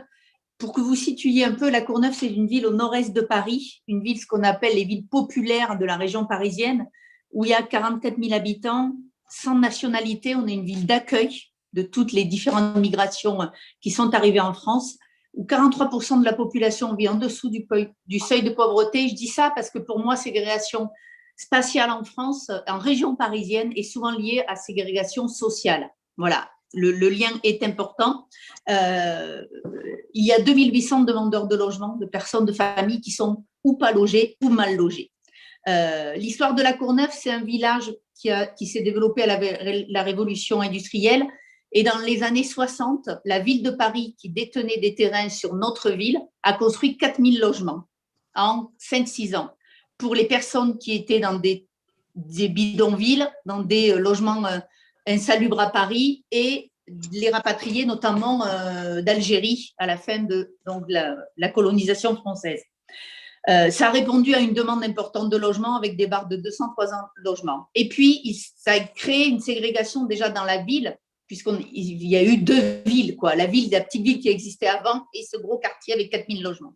Et puis, de fait d'une politique nationale que la ville a subie. En France, il y a encore beaucoup de responsabilités de l'État sur la politique du logement et notamment du logement public, mais aussi un petit peu du logement privé. Et puis, il y a eu début des années 80, des difficultés économiques, sociales qui ont fait qu'il y a eu que l'État et qu'on a été une des premières villes à créer ce qu'on appelle le renouvellement urbain avec différents noms pour réparer un peu toutes ces villes de banlieue, ces grandes villes populaires où le logement s'était dégradé, où beaucoup de familles étaient parties. Bon, voilà, et toute cette politique, on fait partie des villes qui en a bénéficié beaucoup, qui a modifié sa ville. Et dans le même temps, on a toujours des difficultés et toujours autant de demandeurs sociaux, de demandeurs de logement. Logement social en France égale logement public, pour faire court, pour que tout le monde comprenne. Il y a un déséquilibre en région parisienne aussi sur l'Est et l'Ouest de Paris, avec l'Est où il y a plus de gens populaires et l'Ouest plus de gens qui ont des revenus beaucoup plus importants. Et donc, il y a aussi une ségrégation spatiale de ce fait. La ville de Paris, vous le savez peut-être, les loyers augmentent beaucoup. Le prix pour acheter à Paris des logements augmente. Et donc, il y a aussi un déplacement de la population vers les banlieues, et notamment le département dont on a fait partie, la Seine-Saint-Denis. Il faut savoir, par exemple, que le prix d'achat pour les villes qui touchent Paris est passé à 5 000 – 6 000 euros le mètre carré, alors qu'on est à La Courneuve encore à 3 500, 3 000, 3 500. Voilà. Et donc, le prix du foncier augmente. C'est pour ça que dans les mesures pour éviter la ségrégation spatiale, on est en train de travailler avec les villes autour de la nôtre sur un office foncier solidaire pour la maîtrise du prix du foncier, pour pas que ça augmente trop, notamment pour que les personnes puissent continuer à acheter dans notre ville. Il faut savoir quand même qu'à La Courneuve, 54% des logements sont des logements sociaux, c'est-à-dire des logements publics. Mais il y a toute une autre partie, et depuis quelques années, on développe plus l'accession, l'achat de logements qu'il y a quelques années. Il y a aussi des dispositifs qu'on appelle l'accession à la propriété sociale, qui sont des coopératives sociales qu'ont créées les organismes HLM, qui garantissent aux personnes qui ont des revenus moyens pour acheter le fait qu'ils puissent acheter avec des garanties s'ils ont un accident de la vie, un divorce, un décès, qui leur permet donc d'acheter. Il y a quand même beaucoup de décisions qui dépendent de l'État et pour rétablir un peu l'égalité suivant les territoires, nous, il y a une loi qui s'appelle la loi SRU où toutes les villes doivent construire 20 à 25% de logements sociaux dits publics. Or, tout le monde ne le fait pas. Il y a une amende, mais qui n'est pas assez élevée. Il y a des villes qui refusent. Et nous, on souhaite qu'on passe au moins à 25% et que les amendes soient plus élevées. Parce que la question, c'est de partager un petit peu plus en région parisienne cette question du logement public.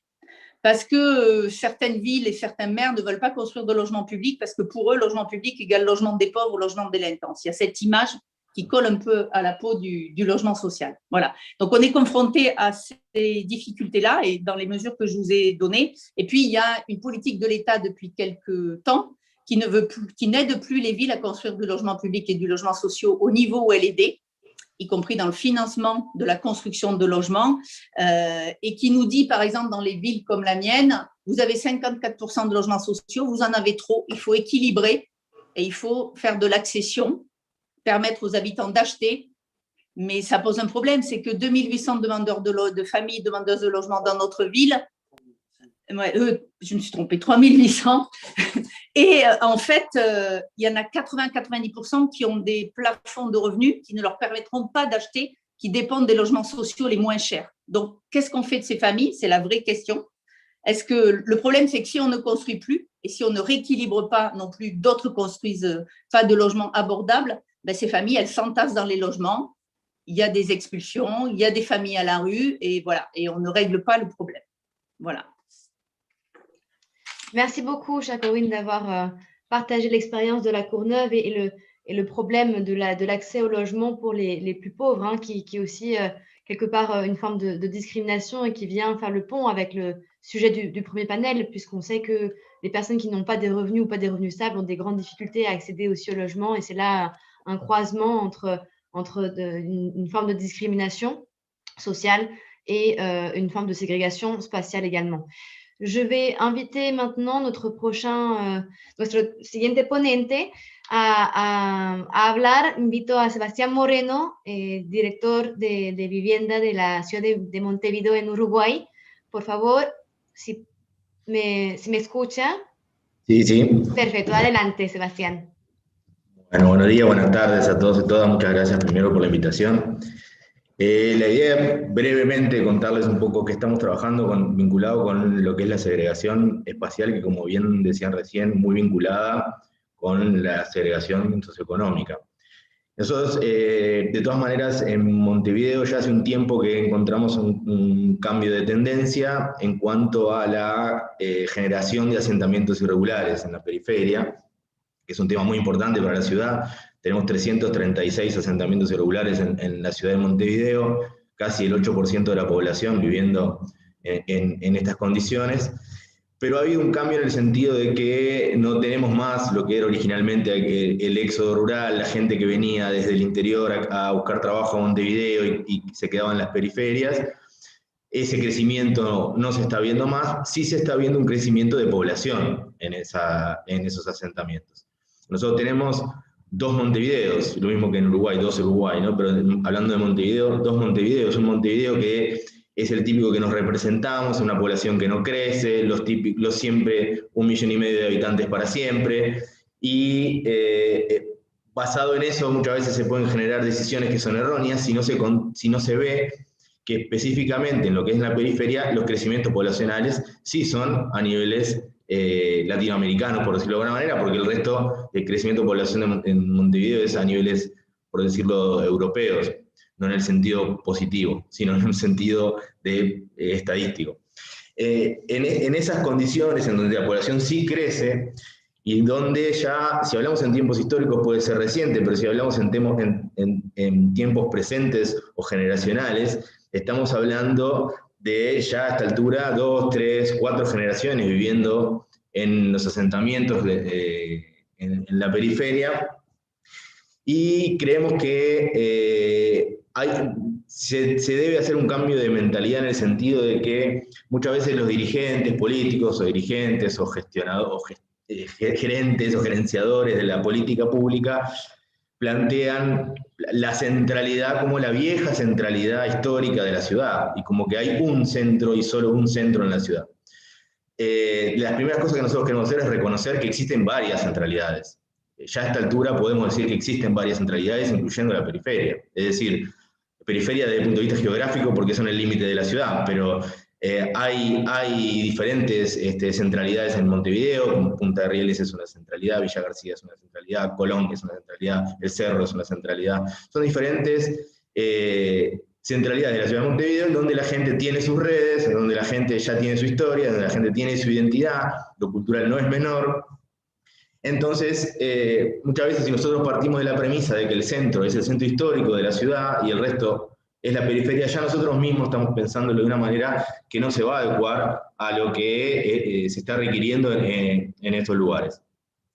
Por otro lado, lo que nosotros estamos viendo es una imperiosa necesidad, lo habían mencionado más temprano, imperiosa necesidad de trabajar con los vecinos organizados, con las organizaciones barriales que existen, con las organizaciones sociales, para poder definir con ellos, que son los destinatarios principales de las políticas, en el diseño, en la implementación y en la evaluación de las políticas, porque si no, no tiene sentido y nos está faltando una parte muy importante del saber de construir ciudad que nos estamos abrogando a nosotros mismos y que en realidad, como decisores, y en realidad de ese diálogo pueden salir políticas claramente superadoras. A nosotros nos parece fundamental el trabajo con las organizaciones populares.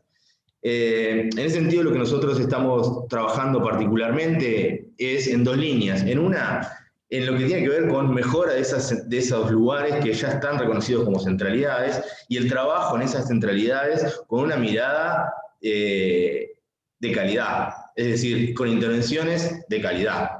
Tenemos ejemplos originalmente como el Sacude en la zona de Casaballe, tenemos ejemplos como el Crece en la zona de Flor de Maroñas, o como el polideportivo que se ha quedado ahora en la zona de Colón. Cuando se hacen intervenciones vinculadas al espacio público, pero también intervenciones vinculadas a la ciudad, no podemos seguir trabajando con diferentes calidades o diferentes formas de trabajo. La calidad en la intervención, en la obra, en la estética, en la gestión, es fundamental para poder reconocer estas centralidades, para poder reconocer las identidades en las periferias.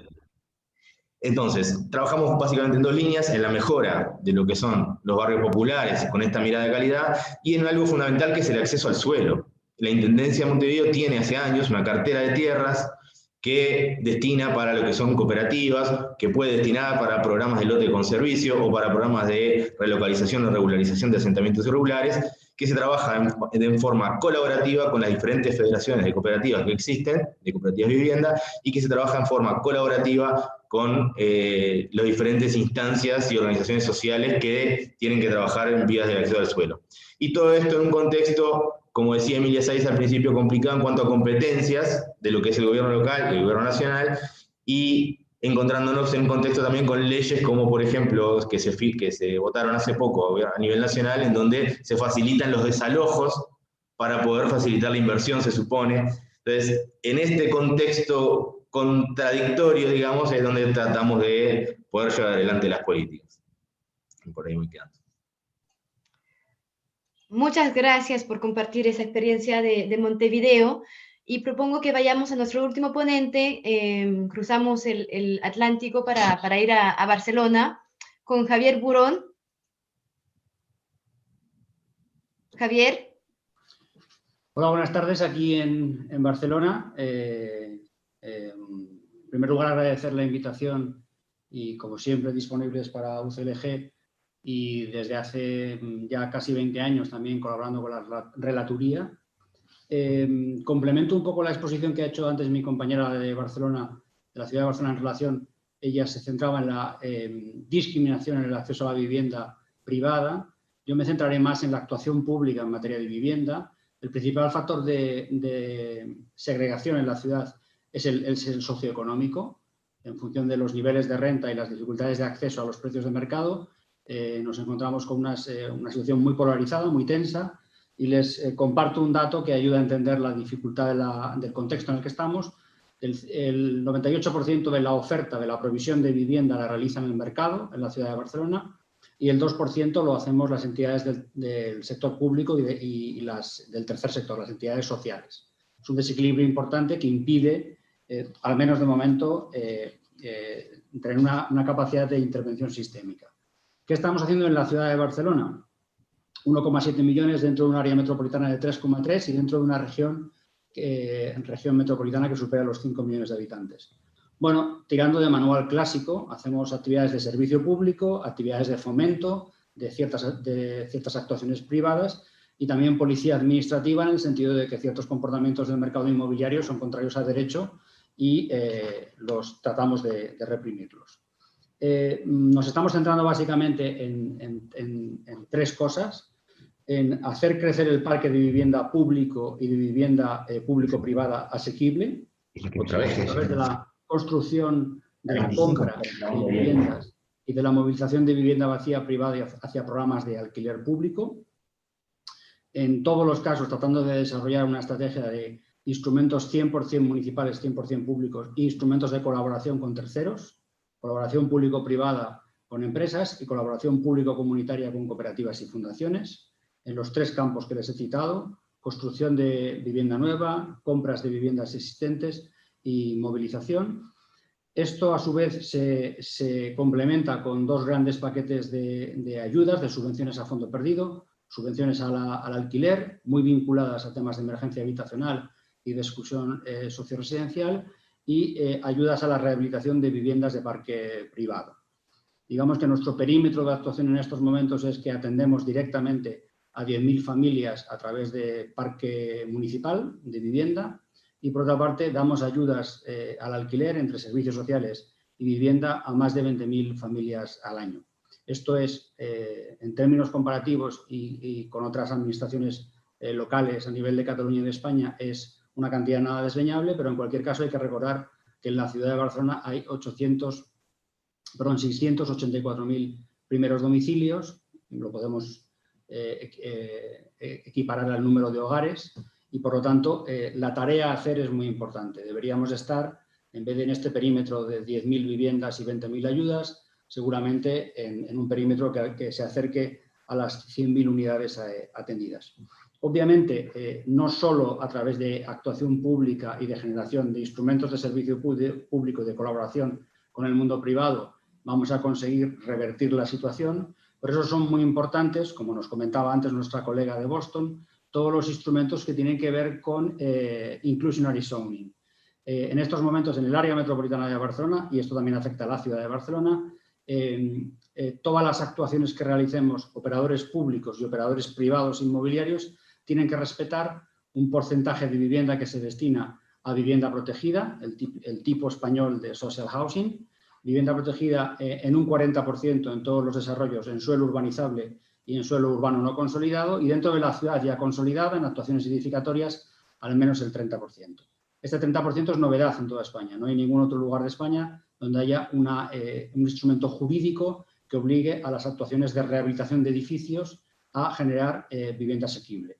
Sí es más habitual en el resto de España que en actuaciones urbanísticas, cuando se realizan varios edificios nuevos a la vez, haya obligaciones de vivienda protegida. Pero lo que no es habitual es que la mitad de la reserva del suelo para vivienda protegida, cosa que ocurre a partir de ahora en el área metropolitana de Barcelona, tenga que destinarse forzosamente a vivienda protegida de alquiler. Y en todos los casos, estas viviendas protegidas se destinan permanentemente a este uso. Acabo en menos de un minuto. Para escalar este tipo de respuestas, ¿qué necesitamos? Necesitamos más dinero, necesitamos más PPPs y necesitamos actuación a nivel metropolitano. Y mientras tanto, mientras todas estas políticas públicas van dando como resultado un mayor número de viviendas en parque público o público-privado, un mayor número de viviendas sociales o asequibles y un mayor número de ayudas, necesitamos sistemas que nos controlen el contexto hasta que este tipo de medidas den resultados. Me estoy refiriendo a medidas de rent control y similares que recientemente han sido aprobadas a nivel de Cataluña a través de la Ley 11/2020, que en cierta medida importa o adapta el sistema francés o el sistema alemán de Mietspiegel, Mietpreisbremse y de encuadramiento de los alquileres. Creo que no he agotado el tiempo. Lo que sí es posible es que haya agotado mi aliento. Muchas gracias por compartir la experiencia de Barcelona aquí. Vamos entonces a pasar ahora a la discusión abierta. Emilia, te doy la palabra de nuevo. Pues muchas gracias, Amanda, y efectivamente nuestros ponentes se han portado muy bien porque todos han intentado guardar los tiempos y han compartido visiones creo que extremadamente importantes. In most of the presentations we have heard, there is this tension that has been presented between the transformation and regulations that local governments are trying to develop and the existing legislation at other levels of governments, at national government level. We've also talked about, indeed, a very, very interesting, not only the experience, but also the vision from our colleague in Boston, from Lydia. But I miss a little bit there is a global south perspective that is not here simply because it was difficult dates, for instance, from Africa, where when local and regional governments look at zoning and land, the problem that they face is that sometimes they have no competencies whatsoever over the land. This is the case in many parts of Anglophone Africa. And in other parts of Africa, the problem is that land is the very single only good that they have to to go to market and to get income for other services. And I think this is something, Special Rapporteur, that we might need to address in the future and to look at closely, because it's where many of the, let's call them mistakes that have been made with housing bubbles and lack of housing or lack of adequate zoning have been made. The floor is now open, and I have already with us a representative from the city of Nanterre, Jamel Sandid, who has been working with us a lot around peripheral cities and this notion of polycentric urbanization. Jamel, it is a real pleasure to have you with us. The floor is yours. Bonjour à toutes et à tous. C'est aussi un plaisir pour moi de vous retrouver aujourd'hui. Merci à la Commission Inclusion sociale, démocratie, participative et droits humains pour cette invitation. Très intéressé par tout ce qui a été dit jusqu'à présent, les différentes expériences. C'est vrai que c'est très enrichissant. Très rapidement, la question de la ségrégation, effectivement, socio-spatiale, elle se fait sur la question du logement, mais elle touche de manière générale beaucoup plus aux différents champs de l'urbain ou de la vie tout court. Et voilà, comme Emilia le disait, on a beaucoup travaillé sur cette question du phénomène de métropolisation et comment cette question de la métropolisation a aussi accentué justement et amplifié ce phénomène de ségrégation socio-spatiale, et tout particulièrement dans les villes de périphérie. Ça a été rappelé aussi bien par Corinne Cadaïs de la Courneuve ou par le collègue de la ville de Montevideo qui a mis ça en lumière de manière assez forte. Alors, je reviens pas sur la question de la crise sanitaire, mais la crise sanitaire, elle a aussi renforcé toute cette urgence sociale, toute cette discrimination qui existait, et qu'aujourd'hui, on a plus que jamais besoin d'enrayer cette spirale et de développer des territoires qui soient plus mixtes et plus inclusifs. Dans tout ce qui a été dit, la question de la maîtrise du prix du foncier est une question clé. Et il va falloir il y a beaucoup d'expériences qui montrent qu'on peut développer des outils pour encadrer le prix du foncier, et puis par repousser les marges aussi de ces gens qui sont confrontés à cette ségrégation socio-spatiale, avec des gens qui habitent de plus en plus loin de leur lieu de travail, ce qui a aussi une incidence sur la crise écologique, parce que en fait, de ne pas pouvoir travailler, de ne pas pouvoir habiter proche de ses lieux de travail a aussi des incidences sur la crise écologique, et que c'est aussi des choses qu'il faut qu'on puisse prendre en compte. Rapidement, voilà, il parlait de la capacité des villes à pouvoir agir, à pouvoir intervenir et prendre la mesure de la réalité sur la question du logement. C'est tout le sens en fait qu'a pris CGLU, tout le sens du travail qu'a fait CGLU à travers le travail mené par la commission, par la CISDP. Et puis, il faut aussi, la question de la gouvernance, ça a été abordé, mais comment on travaille cette question d'une approche différente de la gouvernance, avec un besoin de travail de manière plus intelligente, avec l'ensemble des acteurs, notamment sur les questions métropolitaines, et tout particulièrement l'État, parce qu'en France, la marge de manœuvre est beaucoup sur la question des États. Et puis voilà, sur cette question métropolitaine, comment au niveau métropolitain on peut repenser justement à des aires qui soient plus solidaires, plus inclusives, et apporter une offre de logement qui soit convenable et plus cohérente et homogène.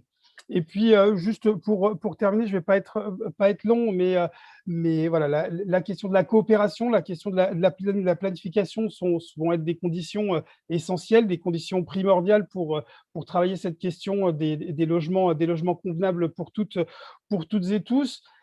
Et Je cite juste l'exemple de la ville de Nanterre, voilà, qui, en France, on a un document cadre qui est le plan local d'urbanisme qui règle un petit peu tout l'aménagement.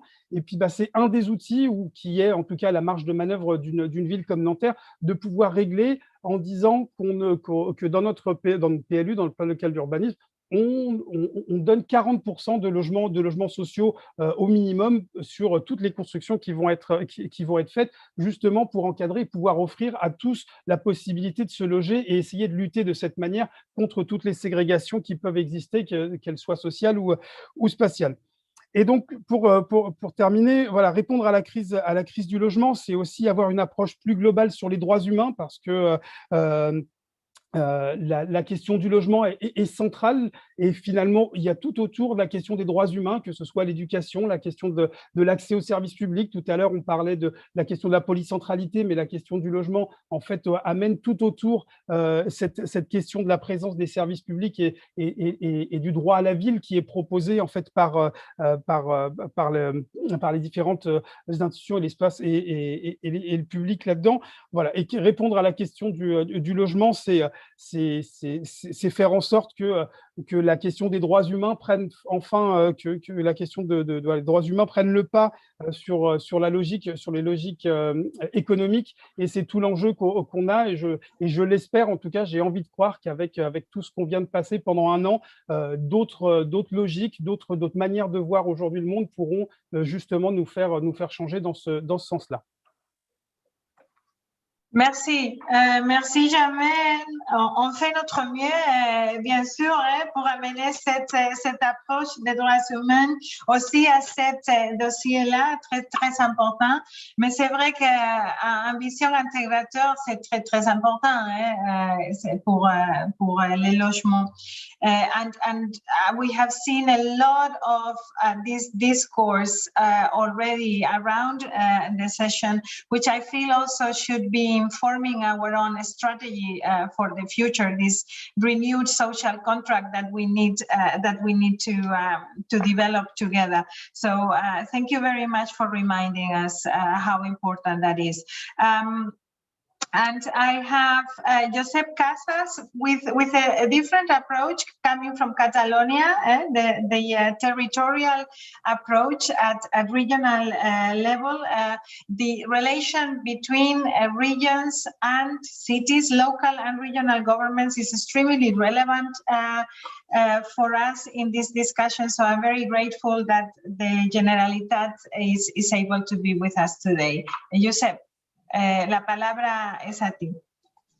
De acuerdo, bueno, buenas tardes aquí en Barcelona, igual que Javier Burón, y muchas gracias por invitarnos a participar en esta interesantísima sesión.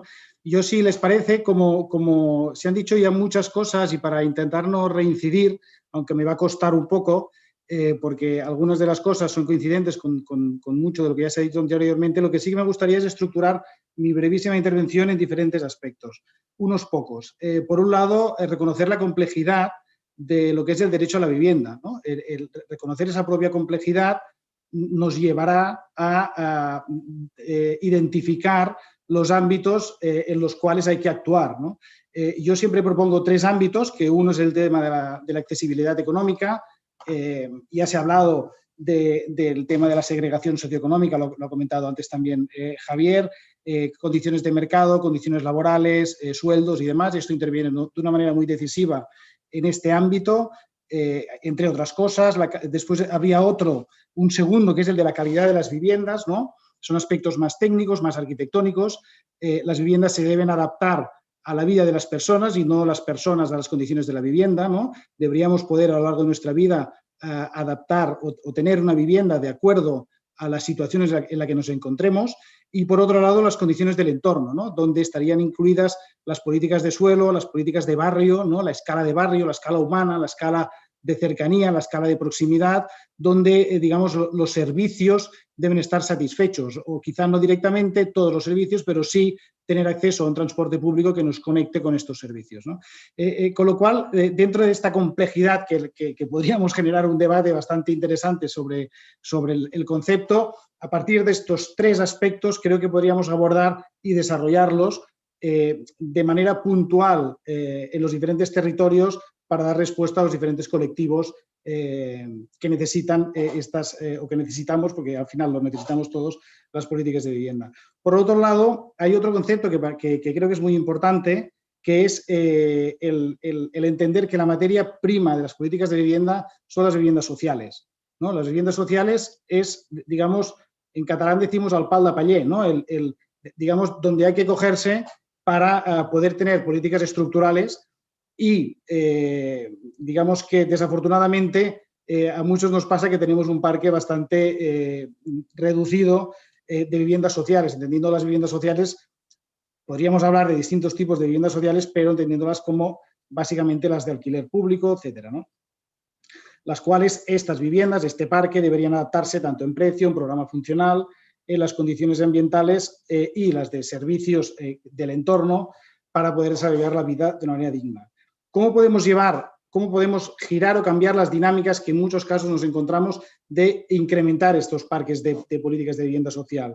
Pues haciendo planificación de estas políticas en el medio y en el largo plazo, implementando políticas en el corto plazo, ¿no? Las políticas de vivienda continuamente, no las políticas, pero una mala política de vivienda implica que aparezcan muchas noticias continuamente en los periódicos y en las televisiones relacionadas con problemas de la vivienda, porque es un problema de inmediatez, ¿no? Un desahucio se produce en ese momento y la solución tiene que estar en ese momento. No podemos decir, no, estamos planificando No, oiga, es que el problema está aquí, con lo cual la visión de planificación no se debe perder, pero tampoco la de actuación y la de implementación de medidas concretas en el momento justo. Y por otro lado, que también ha comentado Javier Burón, el tema de la dotación presupuestaria. Hacen falta dineros. Sin dinero no se hace nada, pero con dinero, sin antes haber planificado, pues tampoco sabremos cómo gastarlo. Con lo cual, aquí es un poco el pez que se muerde la cola, ¿no? Hace falta actuar rápido, pero actuar bien. Con lo cual, la planificación es necesaria, la programación es necesaria, pero evidentemente el día a día la gente no puede esperar a que planifiquemos para que le solucionemos el problema que tiene con la amenaza de desahucio y demás. Hay un par de conceptos que, si tengo tiempo, os desarrollo mínimamente. Uno de ellos es el de la escala de intervención. Justamente en la Generalitat, de algún modo estamos trabajando en conectar lo global con lo local, ¿no? Estos objetivos de desarrollo sostenible, la agenda urbana, especialmente lo DS11, digamos que hay toda una batería de instrumentos intermedios entre estas escalas globales y las actuaciones locales, que es lo que precisamente hace de puente entre unas y otras, ¿no? De ir diseminando sectorialmente y territorialmente todos esos objetivos, a partir de plan territorial sectorial de vivienda, ley de barrios, programas de impulso de la calidad arquitectónica, para llegar a acciones concretas que al final del recorrido son las que mejorarán la calidad de vida de las personas. Podemos hablar de grandes objetivos, pero al final es, oiga, ¿tengo una vivienda o no tengo una vivienda? ¿Me cambian la ventana de casa porque tengo frío o me ayudan a financiar un sistema de calefacción más eficiente, etcétera, ¿no? Con lo cual hay que ir a lo concreto. Si no, no vamos a mejorar nada. Después, otra cuestión importante es la coordinación administrativa, que en nuestro caso, dado que está aquí Javier, perdona Javier que te estoy mencionando muchísimo, pero es que como estamos continuamente colaborando en el Observatorio de Vivienda, en el Observatorio Metropolitano de Vivienda, es un trabajo que se hace conjuntamente, Generalitat, Ayuntamiento, Diputación y Área Metropolitana, de generar datos, estos datos que antes también se ha hablado, y de compartir información para generar estrategias conjuntas. Gracias, Josep. Perdón. Vamos cerrando. Ya está. Y finalmente, solo decir una cosa, porque se ha hablado mucho de la pandemia. Yo quisiera decir que la pandemia no ha generado nuevos problemas de vivienda, desde mi punto de vista. En todo caso, los ha enfatizado, pero los problemas ya venían de antes. Las viviendas antes tampoco eran adecuadas en los casos que no lo son ahora. Lo que pasa es que se ha cambiado el uso y se ha hecho un uso más intensivo de esa vivienda. Pero la vivienda sigue siendo la misma y los problemas, en cierto modo, siguen siendo los mismos, al menos desde mi punto de vista. Lo que pasa es que se han agudizado. y ya está. Disculpa que me haya alargado un minutito.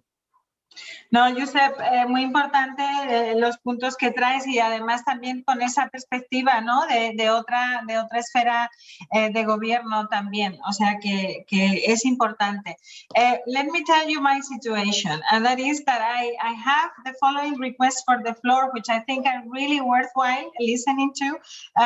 Sfax, the Deputy Mayor of Sfax has requested the floor, the Mayor of Soria, the Mayor of Kitchener, and we've got Patricia Morla, who we wanted to hear from before, but has only joined us now. Now, I am going to give you the floor, but it's going to be like for 1.5 minutes each. Otherwise, we will not be able to make it. So let us start with those that have not spoken yet, and I'm going to Sfax. Bienvenue et merci d'être là. Merci, Emilia.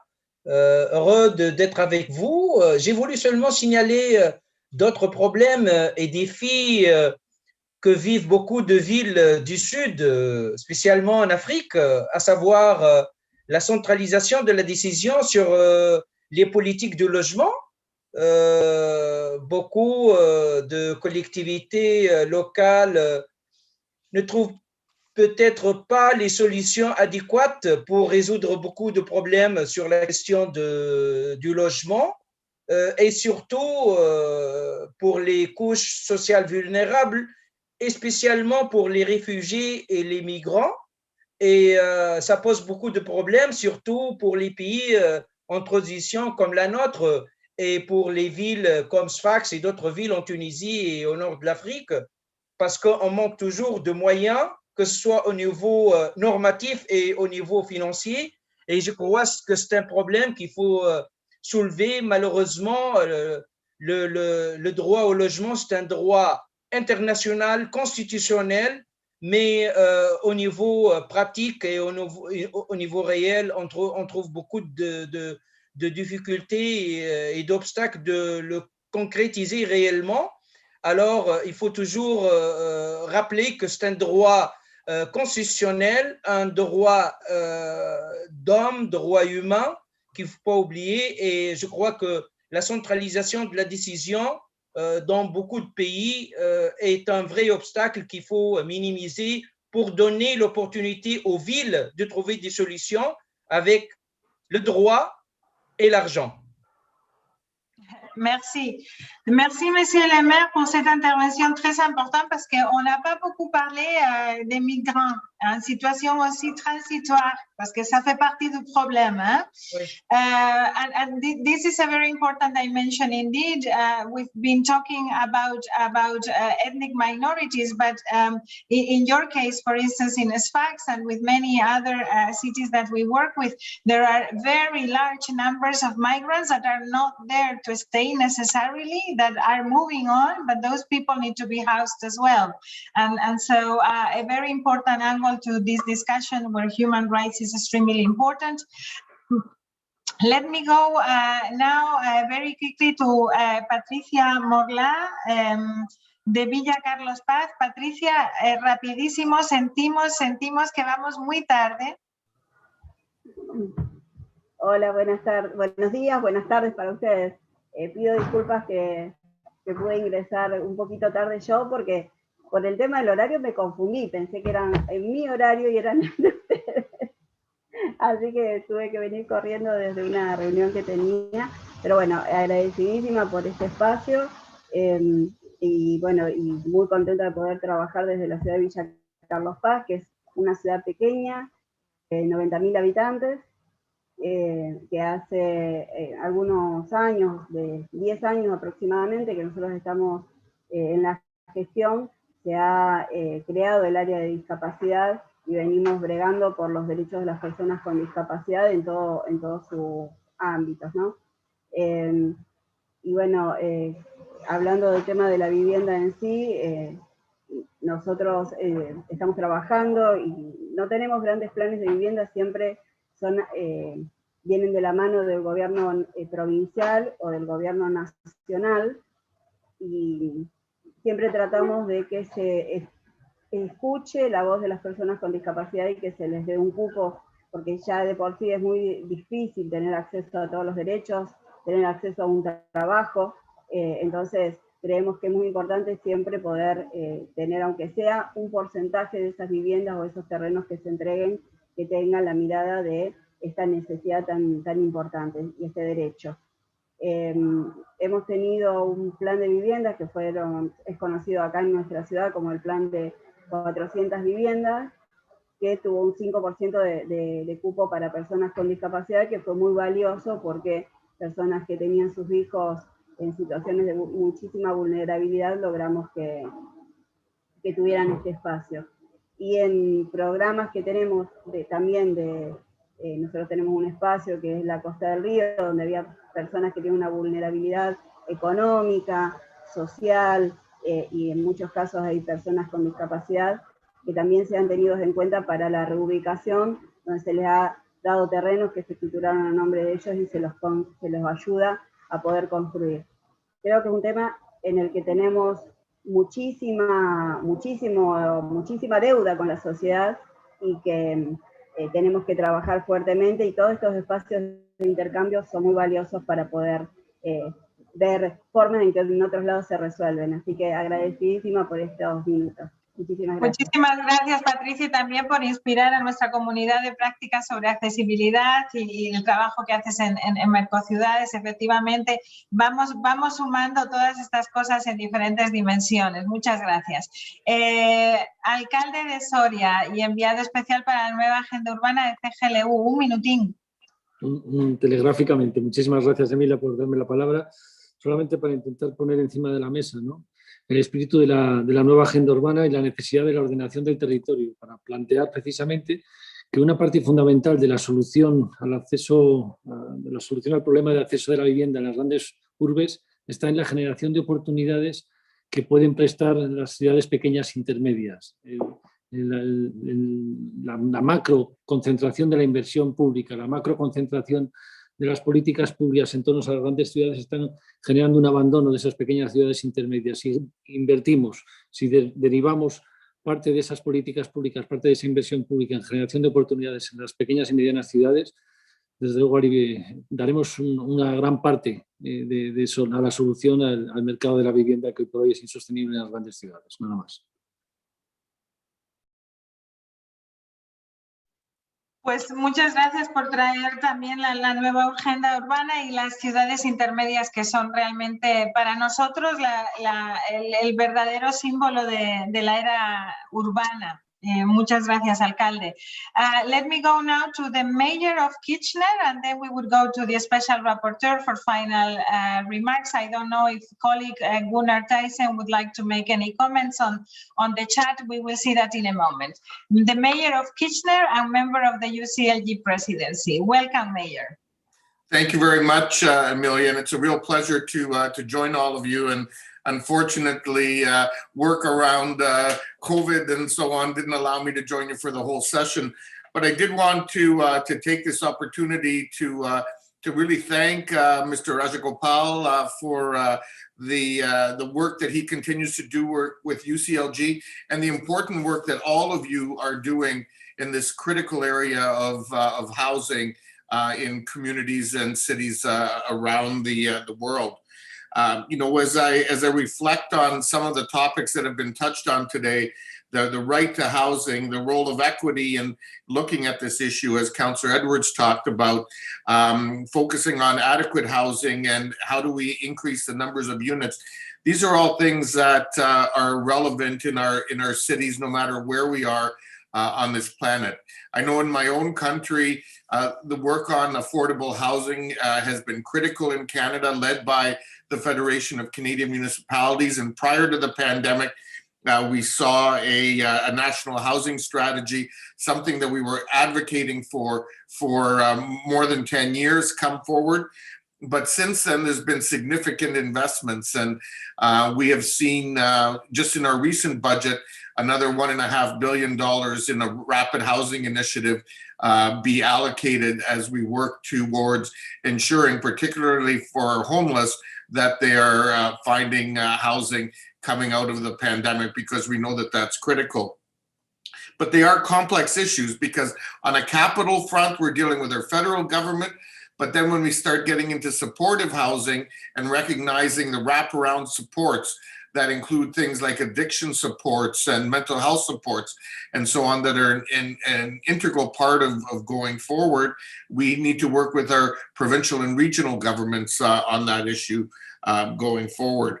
The last point that I want to make is Mr. Rajagopal's predecessor, Leilani Farha, who many of you know and was a Canadian and did much work with UCLG as well. We continue to work with her in our country. We're actually part of a working group called Through the Shift called Right to Home. And there's a number of cities across Canada that are working on that. So just in closing, I want to particularly thank Carlos Martinez for his incredible leadership from a UCLG political point of view on this work, and to Amelia and the entire team at UCLG to make sure that the COVID was not a reason to pause all of this work, but in fact an opportunity to accentuate this work even more. And I want to applaud the entire team that's been working so hard over the past 14 months on these issues. Muchas gracias. Muchas gracias, Alcalde Brabanovich. Thank you for those kind words and for your inputs. I am looking at Gunnar. I don't know if you need the floor, Gunnar. You're calling colleagues, local and regional governments, colleagues to submit brief paragraphs to you so that, and we are, of course, very committed to make sure that additional contributions come your way. Any word on this, Gunnar? Quickly, before I leave the floor to the UN rapporteur. Yeah, you'll find in the chat the email address where you can submit information. And we received already a lot of information, including from local and regional government, and we appreciate all the efforts, and it can be short.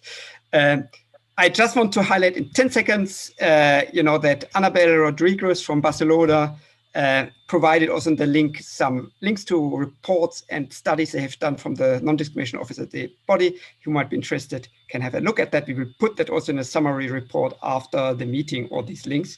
So if you don't have to scroll now, it doesn't happen.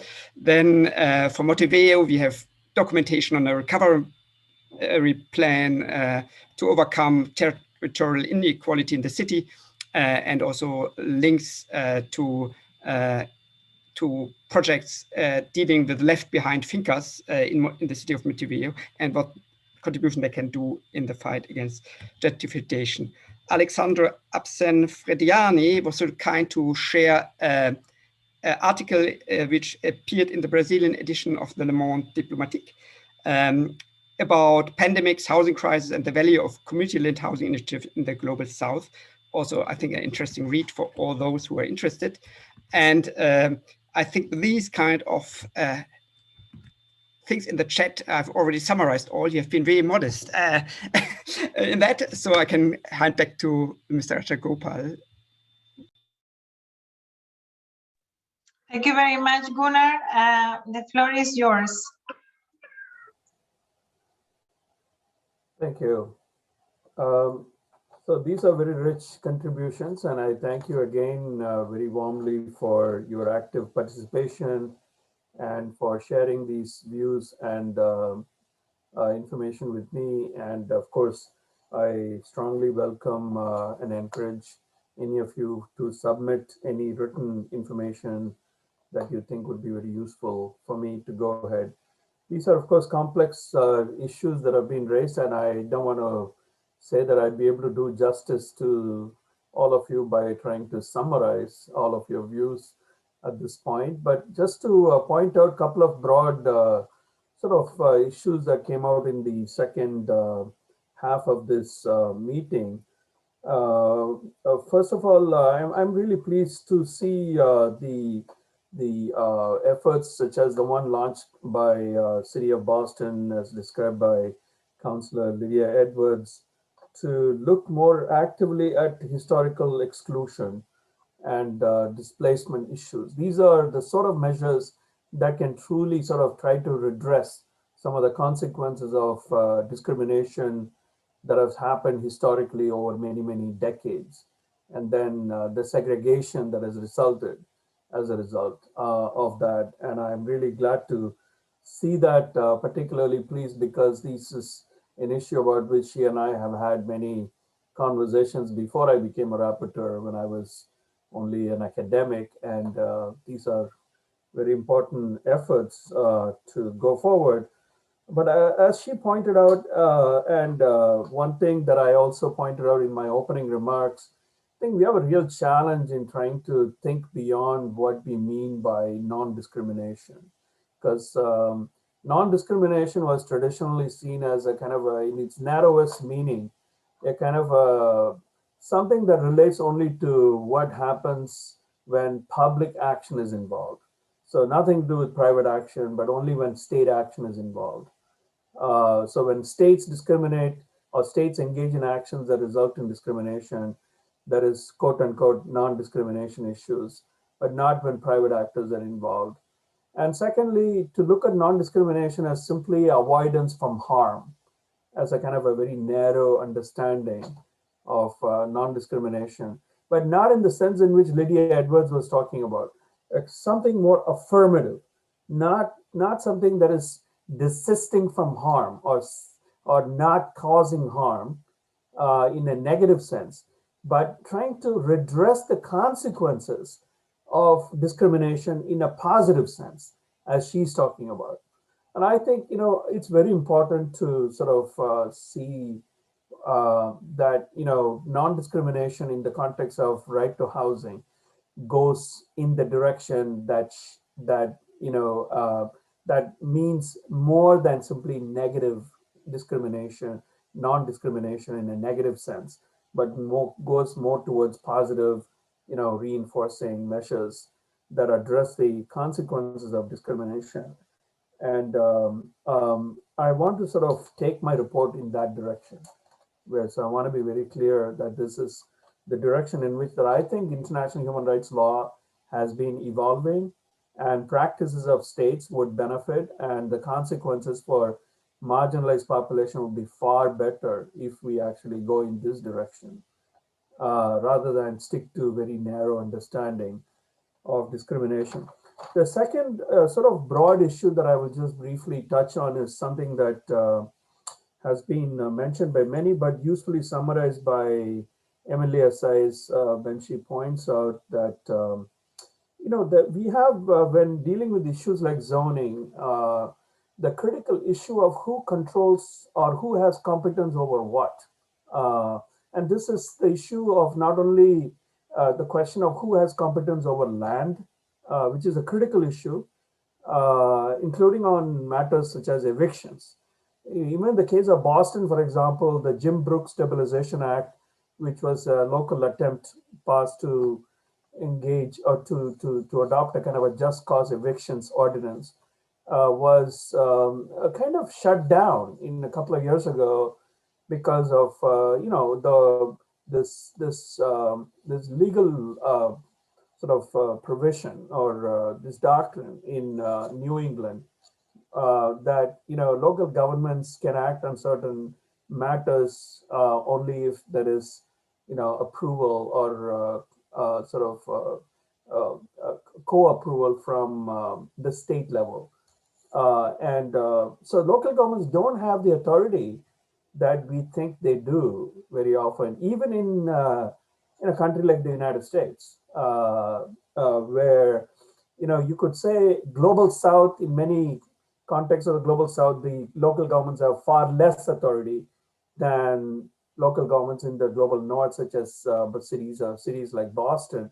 But actually, the cities like Boston also seem to lack quite a bit of authority, not just on land, but on tax, for example, on local and municipal finance. We're talking about a panoply of related issues that have important effects for whether or not progressive housing policies can be pursued at the local level or at multiple levels. So I remain very interested to learn more about these structural issues and how we can use the human rights framework to try to advance the most progressive measures that achieve ultimately the goal is to ensure a non-discriminatory environment in which there is equal access to housing by everyone, especially by previous historically marginalized groups. So thank you again for these interventions, and I will leave you with my best wishes and for your good health and safety during these challenging and difficult times because of the pandemic. Thank you. Thank you very much, Special Rapporteur. You have seen many heads nodding when you were saying that local and regional governments sometimes have many less competencies than you might think, and that is part of the problem we feel in this constituency. One of the first things that cities ask for is more power to be able to transform from the bottom up.